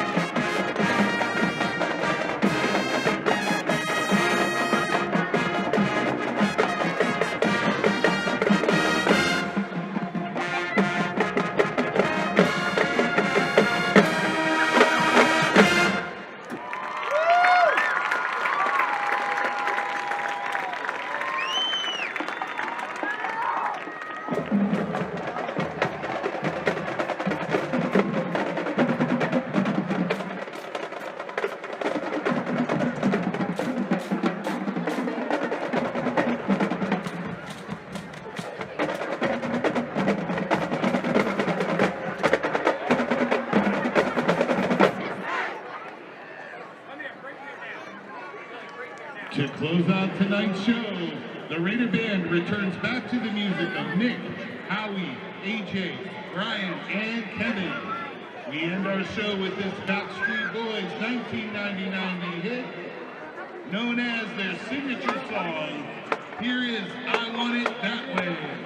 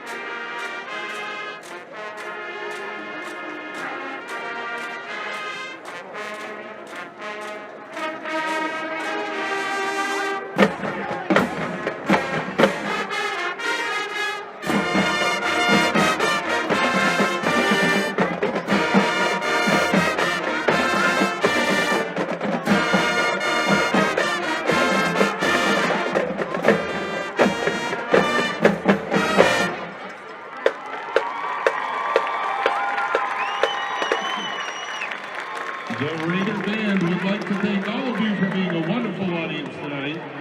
Now join us as we cheer the class of 2025 and our Raider team.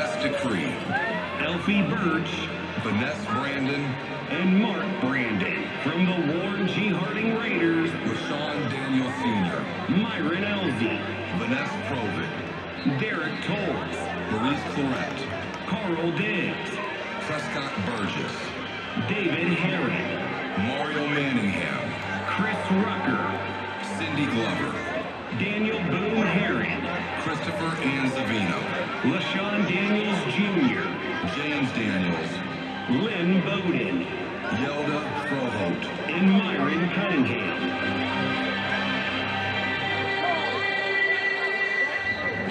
Along the way, we have lost a few pro football legends of Ward, Ohio, but their legacy will live on here at Mollenkopf Stadium. John Chakernio, Chuck Riffle, Jim Bratz, Michael Graham, Lionel Reed, David Rogers, Lionel Thomas, Teddy Roberts, Jimmy Browner, Ross Browner, and Corey Stringer.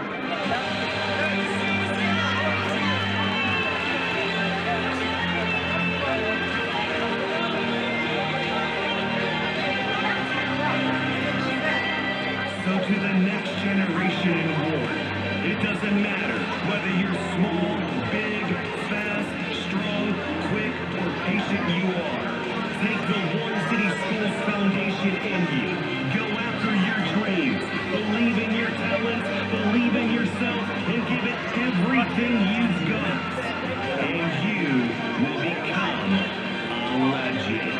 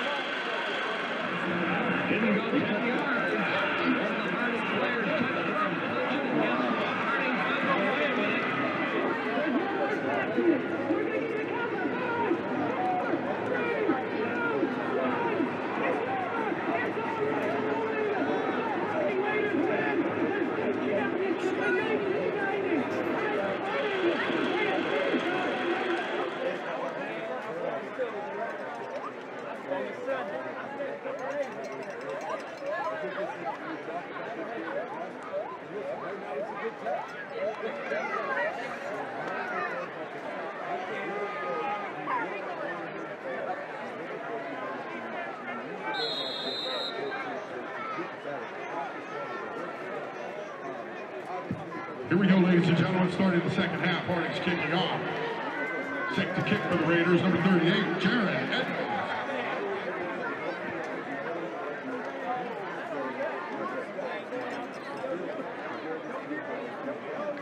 Back deep for the Irish, number 1, Devontae Taylor, and number 10, Jaquez Liaison.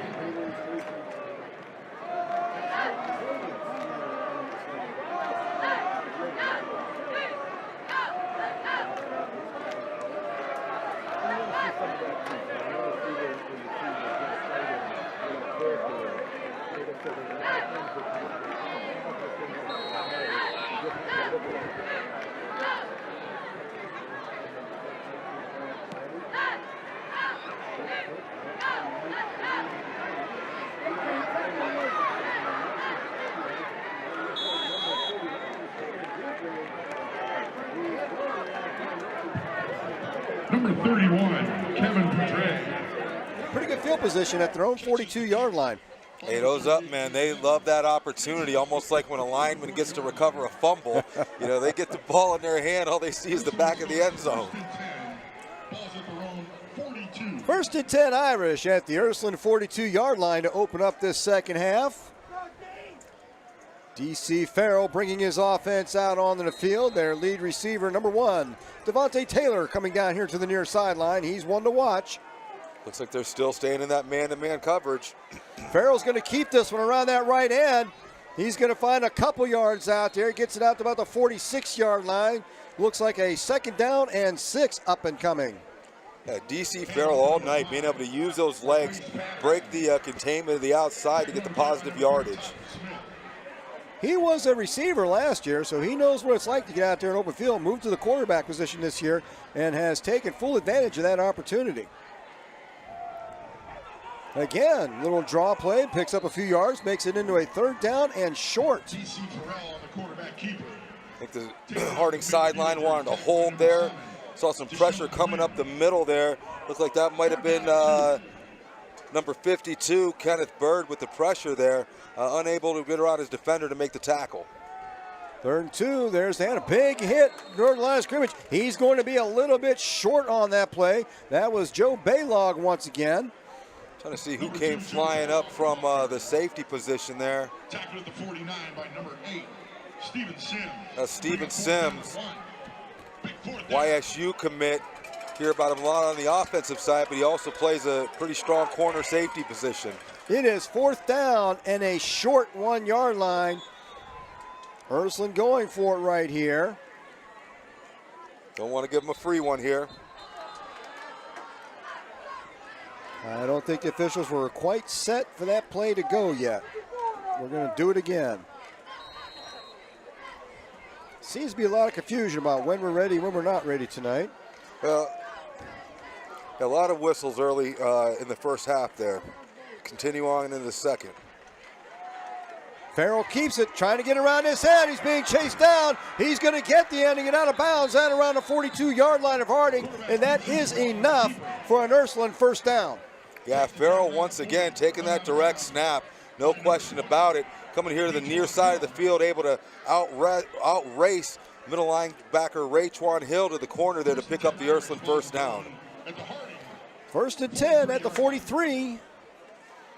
That gives us to Baylog once again, and Baylog is met at the line of scrimmage, trying to drive that pile forward. He'll pick up maybe a yard or two, and still on his feet. Baylog has been a load to try to bring down tonight. Yeah, similar to what we saw in the first half, just the Ursuline running backs getting behind their pads, staying low, using their leverage, driving their legs forward to keep that pile moving. Picks up 1 on that play, 2nd down and 9. And this time the tackle is right at the line of scrimmage. There's no gain on that play. Baylog once again with the ball. That's going to bring up 3rd down and 8 or 9 yards. So 3rd and long. And the Harding defense desperately needs a stop right here. Deshaun Wynn knifing in from that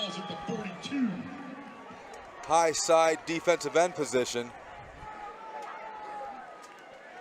Farrell drops back to pass. Looking deep down, looking for, that is number 3 over there. Looks like A.J. Snyder. Actually, number 5, Marquise Patterson. And that is a long pass, good for a first down. Down around the 16-yard line. There is a flag on the field. This may be coming back. Maybe a legal man downfield.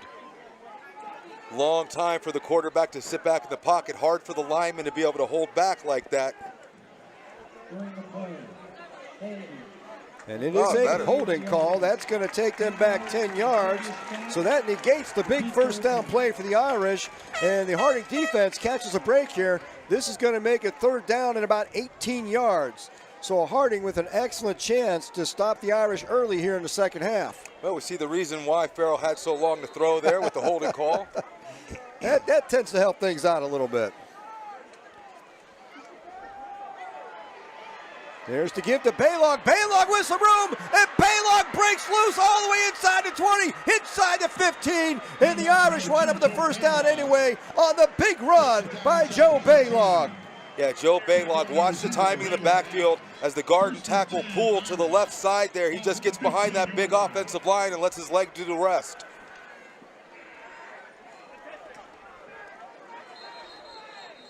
Hand off to number 2, Joe Baylog again on the up-tempo play, and this time he's met at the line of scrimmage for no gain. 2nd down and 10 at the 15-yard line. Once again, Ursuline quickly back up to the line of scrimmage. Devontae Taylor, the big receiver, down here on this near sideline, going over the middle. Inside the 5, that was complete to number 6, John Frangus. 1st and goal, Youngstown Ursuline.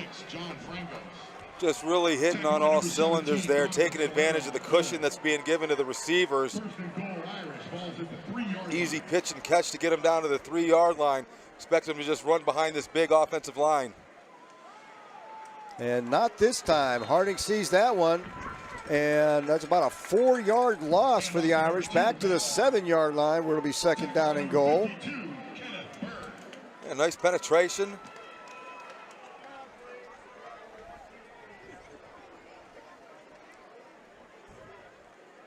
Baylog bringing it around this corner, cuts it up, and sorry, that was the quarterback Farrell. Yeah, Cuts it up inside, brings that in for another Ursuline score. Yeah, DC Farrell got to the outside there, not a lot of resistance. Once he broke that main line there, it was just the speed to the end zone. That makes the score 34-0, and it becomes even tougher on Harding because I believe now we're going to have a running clock. Yeah, I do believe that is the rule in high school football for the last few years here in the second half. Tayback up and good, and Ursuline now staked to a 35-0 lead with 7:14 to play. Once you break that 30-point barrier in the second half, now it'll be a running clock. So Harding's going to have even less time to try to get something going. Yeah, you know, at this point in the game, Ursuline is shown that they are a team to be reckoned with this year. Coming into the year, you know, they lost some key starters, but it was known that they were going to be a powerful team. And they're proving it here tonight. You know, but I go back to our side of the field and the Raiders. You know, this. You know, when I was coaching baseball, Tom, the Lakeview teams out there, Maplewood, they were always the best teams that we played against. And I used to always tell my team, you know, this is where we want to be. Watch how they warm up. You know, watch their focus. You know, just watch the fundamentals.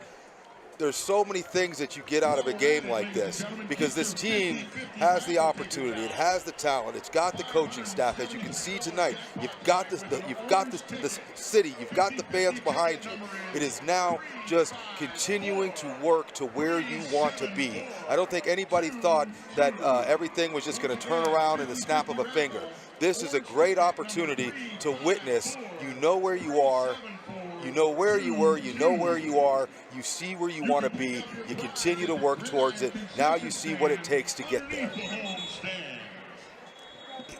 Ursuline now showing just how they've outscored their previous three opponents, 108-16, and they are padding that stat in an impressive way tonight.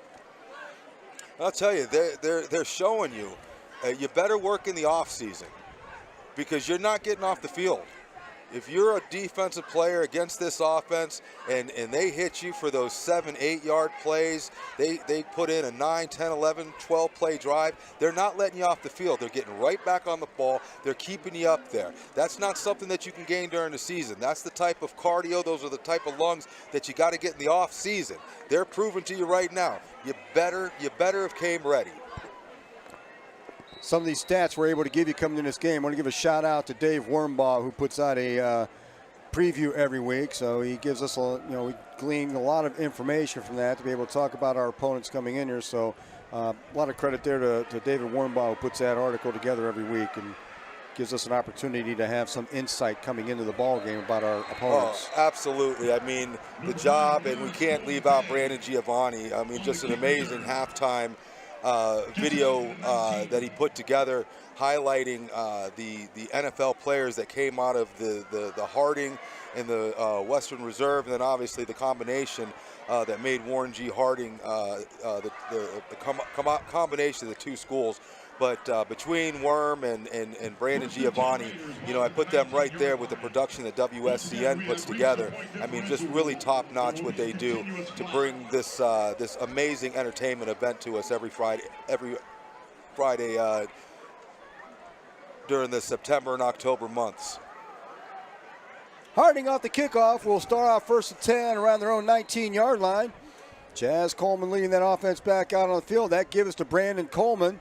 And Coleman is stacked up at the line of scrimmage, much as the running backs for Harding have been all night. You saw a couple bursts from Mike King and Dare early, but pretty much it's been a no-go on the ground for Harding. That brings up second down and about 9 yards. Yeah, without a doubt, Ursuline has really dominated that line of scrimmage, and we talk about that's where it starts at. They've been able to do that for most of the night on the offensive and defensive side. A lot of the opportunities that we've seen on the Harding side have come through the passing game. We'll call it second down and 8 from the 21-yard line. Brandon Coleman gets another shot at it, picks up another couple, short couple, gets it out to maybe the 23-yard line. 3rd down and 7, 3rd down maybe 6 yards, but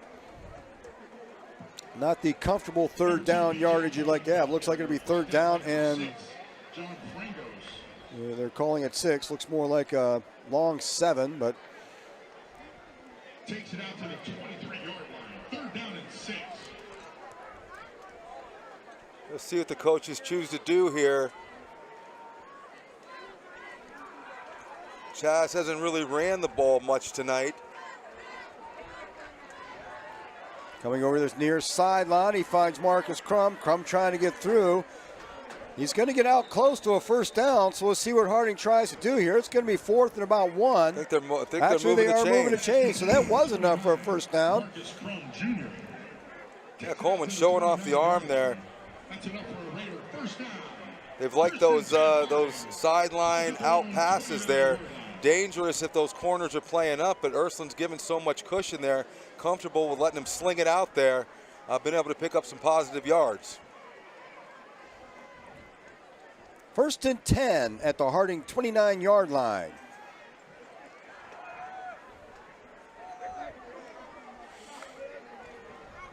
Coleman's going to keep this one. And he finds a little bit, not much room. He's going to get maybe 3 yards before they finally whistle him down. Yeah, design quarterback draw there. Chaz tucks it, kind of tiptoed around up there. Finding his way for a gain of 5 before that Ursuline defense could swarm. Marks the ball out at the 34-yard line. 2nd down and 5 coming up for the Raiders.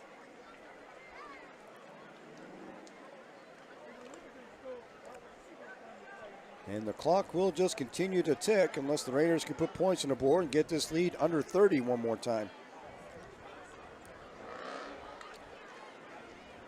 That's Coleman up the middle. He is met. Pushes ahead for maybe another yard. It's going to bring him a 3rd down and short. 3rd and about 3 coming up. Tackle by number 17. Keep on trying to test the middle, see if they can soften that up a little bit. 3rd down and 2. Ball's in the Harding 37-yard line.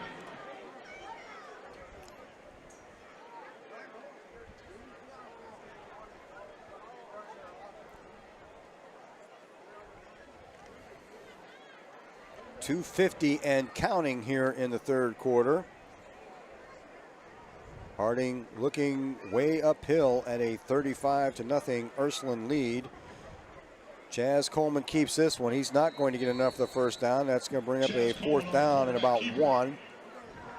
Long 1, short 2, but it is 4th down. Stop by number 8.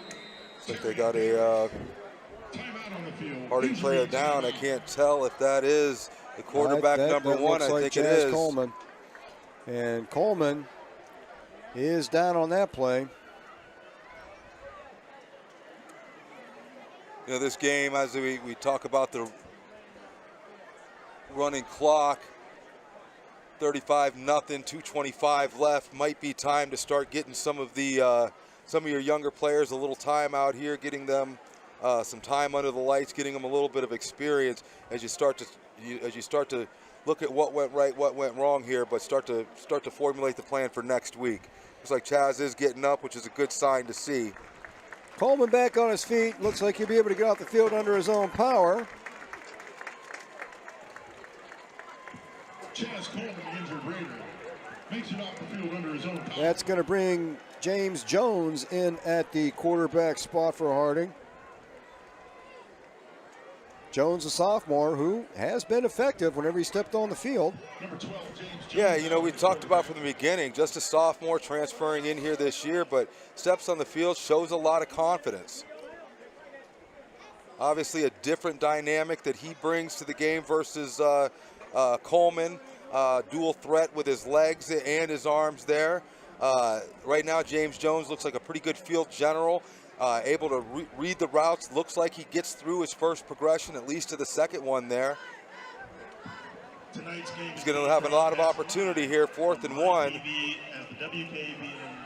see if they can pick up this first down and put together a drive here, put some points on the board. 3.2 or 62.2 HD, Armstrong Cable, Comcast Cable Channel 3, DirecTV Channel 15, Spectrum Channel 997 1008, Hulu, YouTube, and Fubu.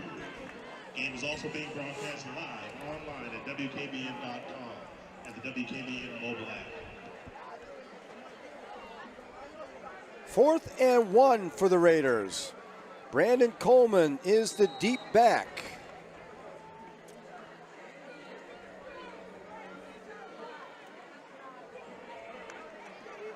And Coleman will get the call, and that ball is loose, and that is going to be picked up by Ursuline down around the Harding 32-yard line, and things just seem to go from bad to worse for Harding so far. Yeah, Ursuline's defense, I mean, no let up in them at all. You see great penetration, big hit on the play there, causing the fumble. Ursuline's going to take over with great field position. So Youngstown Ursuline is going to have it 1st and 10 at the Raider 32-yard line as the clock continues to tick again with the 35-point lead. It is a running clock, so it is not stopping on a change of possession.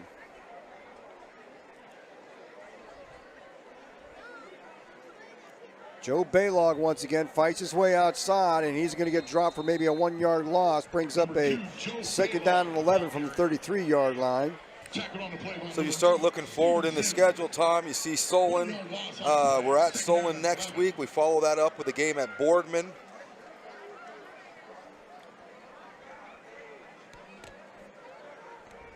Then we still have Massillon, second to last game on the schedule. Then you've got Fitch as well that we finish up with at Fitch. So the road does not get any easier for the Raiders from this point on. And then mix in Mooney there between the Boardman and the Massillon game. And Mooney's another team where I don't know what they look like so far, but another team where you could throw their record out the window because they're gonna come to play. Oh yeah. No, built a really good program over there as well. You know, Austintown Fitch has built a great program, and obviously we know of Massillon. 3rd and 5 for the Irish. That handoff went to A.J. Snyder.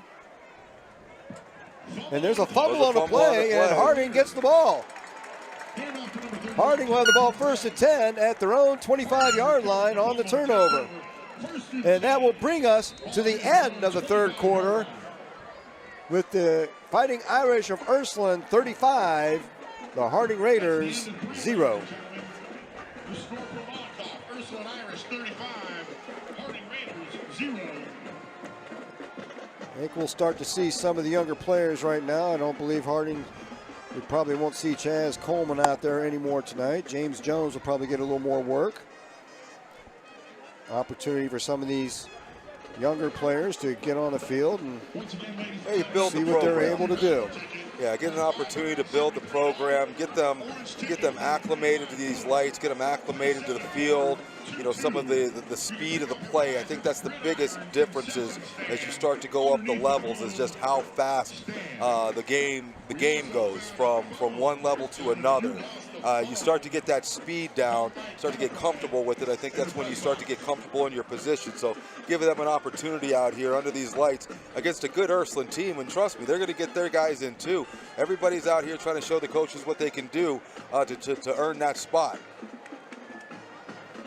And you know, the position Harding was in last week with the big lead late, you know that once Ursuline starts putting their defensive reserves in, those guys are going to want to keep that goose egg up on the board too for their starters. Oh, absolutely. Listen, it doesn't matter when you get in the game, right? You always got something to prove while you're out there. Nobody there, there's not a person on the field who thinks that there's a such thing as garbage time, right? If you're out there, that's prime time. And you get an opportunity to show everybody what you can do, you know, from the coaches to your friends to your family. It's an opportunity for you. So still opportunity to see some great football out here between 22 people, 11 on each side.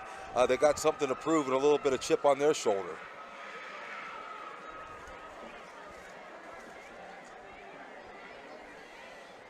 That's number 14, Elijah Phillips in at running back, positioned behind James Jones.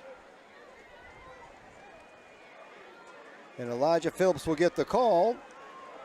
And much like the running backs before him tonight, does not find a lot of running room. In fact, he'll probably lose a yard back to the 24. Looks like a second down and 11 coming up. Tackled on the play by number 18, Rashad Harris. Yeah, I mean, that's where it starts and ends. You know, Ursuline's been able to control the line of scrimmage on the offensive and defensive side of the ball. Once you get control of the line of scrimmage, very, very difficult for you to establish any type of offensive identity.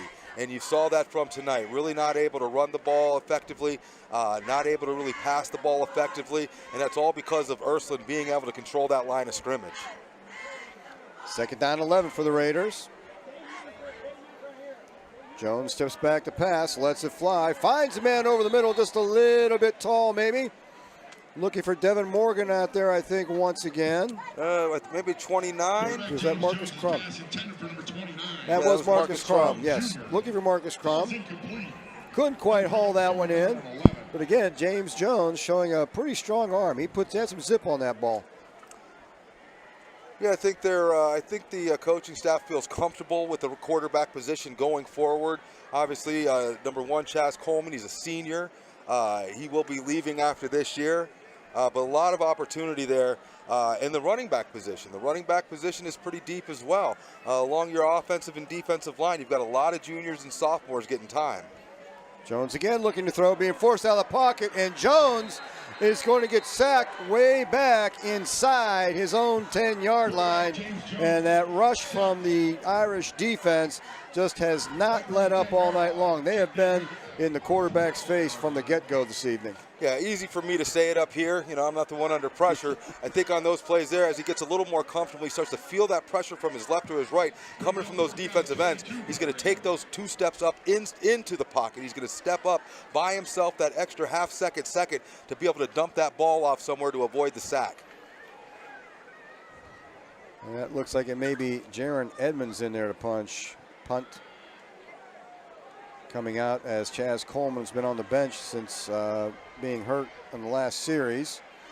Short punt, fielded there by number 22, Luke Collar, who gets the ball down inside the Harding 30-yard line, so right at the 30-yard line. So the Irish, once again, with absolutely perfect field position, 9:24 to go in the game. And the Irish sitting on a 35-0 lead.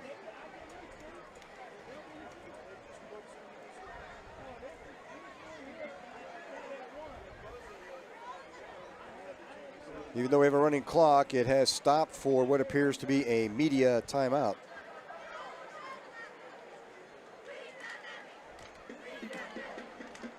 The game starts to wind down, Tom. Looks like we've got another excellent, beautiful weekend as we're weather-wise, as we're winding down the summer into the fall months. We keep on looking outside, thinking it's time to shut the pool down, and I keep on finding an excuse to keep it open one more week, one more day. We've been blessed with some weather, though. I tell you, I don't think I've started my snowblower in about 2-3 years. I don't think it snows in Northeast Ohio anymore. It sure doesn't seem to. Not like it did back when we were younger. Yeah, we used to use snow days for snow. Remember that? That's right. Yeah, right? Get the sleds out. Right now, build a snow fort. Now it's snow days are for cold weather. Yeah, they're for temperature. They're cold days. Yeah. Get that polar vortex going, then that's when you get a day or two off. Just to find the best hill. Over here, you know, I assume Quimby Park. And over to Packard a couple times with the sleds. Yeah. Yep. New quarterback for the Irish. That looks like number 15, George Camuso, stepping in for DC Farrell. Hand off to Fecco. Fecco won't get anything as he gets stacked up the line of scrimmage, brings up second down and 10 for the Irish. Freshman quarterback coming in for the Irish here. Tackled by number 20, Raytwan Hill.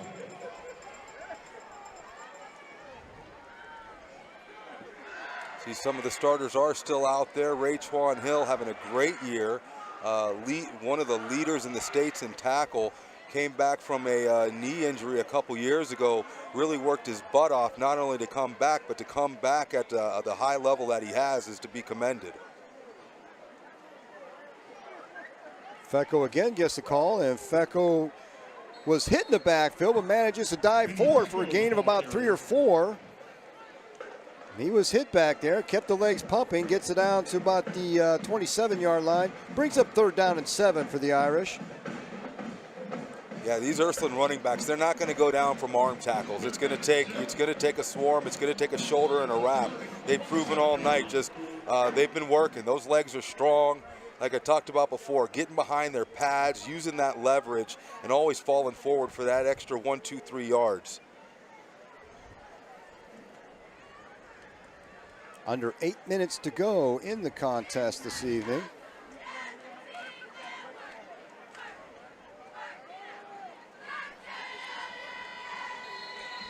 Looks like number... Trying to see there. Couldn't catch the number. Is that 31 maybe? 31, Kevin Boudre, yeah. The leading tackler on the defense getting some offensive time. Boudre. 4th down and 2. Another good-sized kid, 5'10", 203, just a junior. Ball's at the 22-yard line. Pick up a 4-5, 4th down and 2. Harding's going to use a timeout here. Timeout.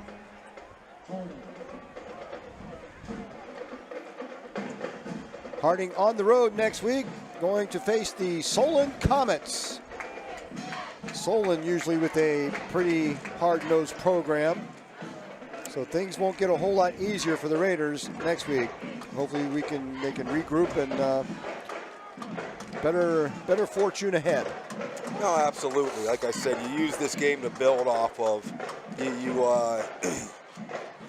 see what it takes. You know, last week the St. V's game, able to go out there get the W, but you know we were saying a lot of freshman names last week with that St. V's. I know the quarterback that started was a freshman. I think that running back who had a pretty good performance, he was a sophomore. But you know, these are the games that you play for. You know, you play for the Ursulines and the Maslins and the McKinleys. This is what you get up for. This is the standard in which you want to be at, and really like the direction that you see this team going. Just nights like tonight, you just realize, hey, we're heading in the right direction, but we still got some work to do. Now it's just a question: are you willing to do the work that it's going to take to get there?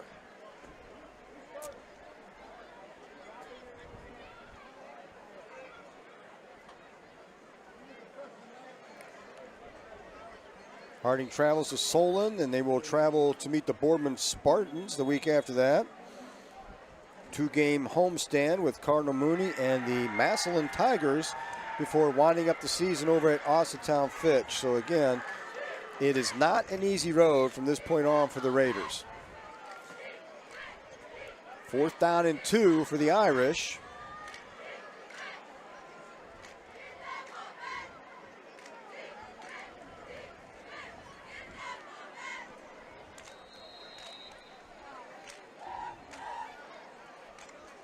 And that is Fecko. He is not going to get the first down. High snap on that play. Kind of threw off the timing a little bit. Fecko got hit behind the line of scrimmage, and Harding will take over possession of the ball on downs. A good stand by the defense there. Get the offense back on the field, still with that running clock. Raiders have 2 timeouts in their pocket. Sure, they're definitely going to want to try to get some type of points on the board, but the guys on the other side of the field guarantee they want to hold on to this shutout.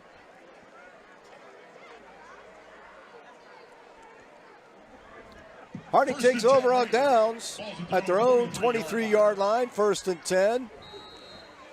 Coming up on 6.5 minutes left in the ball game. James Jones again in there. Looks like Elijah Phillips gets another call. Picks up decent yardage on 1st down. 6-7 yards out to the 31-yard line. Almost 8 yards. brings up a second down and short for the Raiders. Elijah Phillips, another one of those sophomores we talked about, getting some playing time here. Brandon Coleman checking in to give Phillips a breather. And off to number 14, Elijah Phillips. Second down and 2 for the Raiders at the 31. Gain of 7, second down and 3. Interested, haven't seen my king Adair since he went out after the big hit, followed by that big run that he had. Hope the young man is all right. He's been off to a spectacular season in his sophomore year. Coleman with the carry. No gain on that play. Actually, they're crediting, it looks like they're moving that stake up a yard. So third down and a long one, short 2, third and short.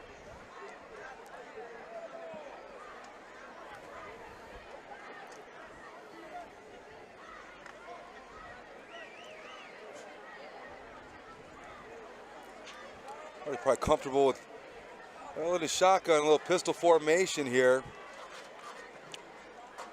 Coleman again. Drag and this time Coleman drives the pile forward. Harding will get a first down out of that. First and 10 at the 35-yard line. 5 minutes to go in the game this evening. First and 10, Harding. Ball's at the 35-yard line.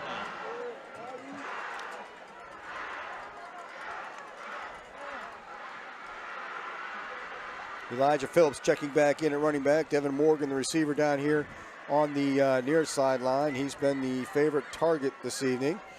Phillips will get the call, and Phillips will run into the stack and push it forward for about 3 yards. Brings up a second down and 7 from the 38-yard line.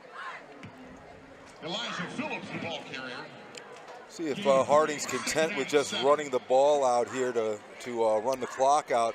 If they're going to let Mr. Jones kind of step back, throw a couple downfield, see what that vision's like, see how he goes through his progressions, and specifically taking advantage of some of these what seems to be man-to-man coverage. Phillips again around that end. Phillips will pick up another first down for Harding. Gets it out to about the 47-yard line where it's first and 10. Another nice hard run by Phillips out there. Like how he got to the outside, didn't try to just keep on taking to the sideline, planted that right foot in the ground, got upfield, squared those shoulder pads up and delivered the blow to the corner and fall forward for an extra 2-3 yards.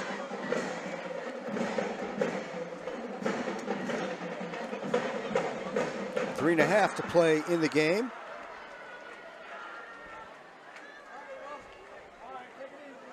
Brandon Coleman taking another turn of his own at running back.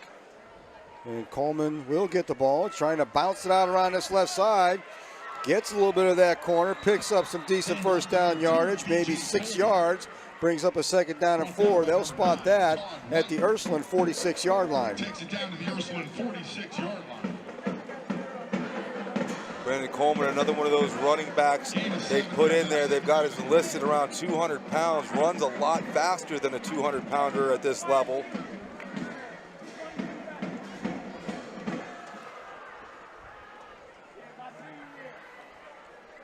Second down and 3 for the Raiders. And it is Elijah Phillips. Elijah Phillips pounding ahead for what appears to be another Raider first down. Another hard run by Elijah Phillips. You see he takes the ball off to the right-hand side there. Once again, really like north and south running. Upfield, you keep on lowering your shoulders like that, you make those defenders think twice. All of a sudden you start getting the alligator arms, you start getting the attempted arm tackles and shirt tackles. That all comes from that hard north and south running.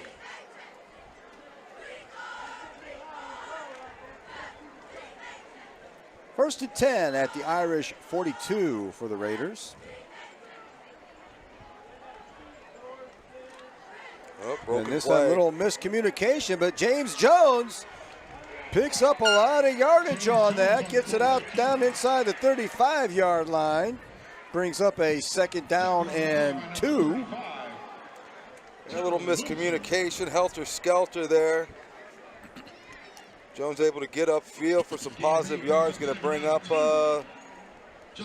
second and short here. Only about a minute 20 left in the game.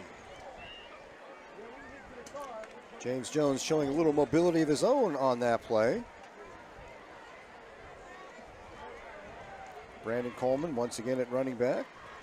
Jones will air it out, looking down this sideline for Devin Morgan. Finds him around the 5-yard line.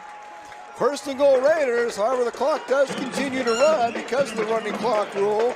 So Harding hustling up that line of scrimmage, trying to give themselves some time to maybe punch one in here at the end of the ball game. Got a couple steps. He had man-to-man coverage up there. Got a couple steps on his receiver. Jones did a great job of keeping that ball near the sideline, but giving his receiver opportunity to bring it in without going out of bounds. First and goal at the 7-yard line. Clock continues to tick.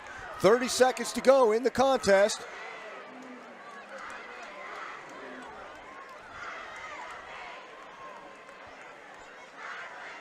Jones again back to pass. Breaks out of the pocket and... Probably the right thing to do there. Unfortunately, the running clock's going to keep going. Probably the right thing to do is Jones just threw the ball, didn't feel comfortable. Felt Ursuline had everybody pretty well locked up there, so he just threw it into the feet of the defender. Harding electing to let the time wind down, and that will close it up on a disappointing night for the Harding faithful as the Raiders drop a 35-0 decision to the Irish. And much as they did in the first half, totally dominated the second half. Although Harding only giving up the 1 touchdown in the second half, but yeah, let's make no doubts about it. This Ursuline team came in here with high hopes. We talked about, what they've outscored their opponents this year. Just came in with a lot of offensive firepower. Very, very tough on defense, and they showed it here tonight.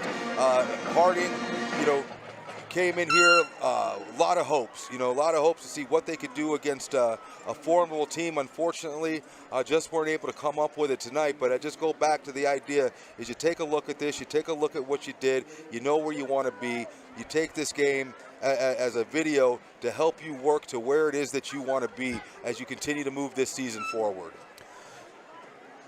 So once again, Harding on the road next week at Solon, and then on the road again the week after that at Boardman. So WSCN, we will not be on the air for another 3 weeks when Harding comes home after that 2-game road trip to see Cardinal Mooney prior to taking on Massillon in the home finale. So the Harding falls to 3-2. Ursuline improves their record to 4-1. So it remains to be seen then how Harding rebounds from this loss. A lot of work to do, and I'm sure they'll get after it in the coming days. Yeah, no, absolutely, Tom. I remember last year, and in all honesty, the season, the regular season, obviously was disappointing to the team. They got that opportunity in the playoffs, won 2 games in the playoffs, then went down there, I think it might have been against Solon, and had an opportunity to win that game, to win their 3rd game in the playoffs. So, you got to continue to build. They play 10 games during the regular season for a reason, and then the playoffs come around. So it's not like, the old college football where if you lost 1 game, you were kind of out of it. Now, obviously, this year they're going to that 12-team playoff system that's probably a little more realistic, but they're going to have an opportunity. They put a couple more W's, which I think you can see some, not an easy schedule going forward, but I think there's a couple more W's that are in there, and I think if they play at the level in which we've seen them play in the first week against McKinley in the past 3 weeks, I think they've got the opportunity to really do something in these next 5 games as they try to make another playoff run. And with the expanded playoffs in Ohio, 5 wins, you stand a pretty good chance of seeing some postseason action. So Harding definitely tough loss tonight, but still a lot of time to go in the season, a lot of time to improve. And like you said, you get to the playoffs, and hopefully you're firing on all cylinders late in October, early November. That's the name of the game right there. Well, and you want to try to keep healthy too. That's what a lot of this comes down to. You've got some teams that done well during the season. They've rode the back of some of their horses, and then all of a sudden they get into that playoff season, and a couple nicks here, a couple injuries there, and you just never know what can happen, if you're given the shot at the dance. That'll about wrap it up for us. Once again, your final from Mollenkopf tonight. Youngstown Ursuline 35, Warren Harding nothing. And as we said, looks like a great weekend weather-wise, folks. Get out there and enjoy yourselves a little bit. There'll be some good football on TV, both college and pros, in the next couple of days. So if you're a football fan, if you're a baseball fan, the Guardians in the playoffs. So keep watching, keep cheering on the Guardians as they make a postseason run starting here real soon. So for Eddie Colbert, I think it's time to sign off. Enjoy the rest of your weekend, folks. We will see you back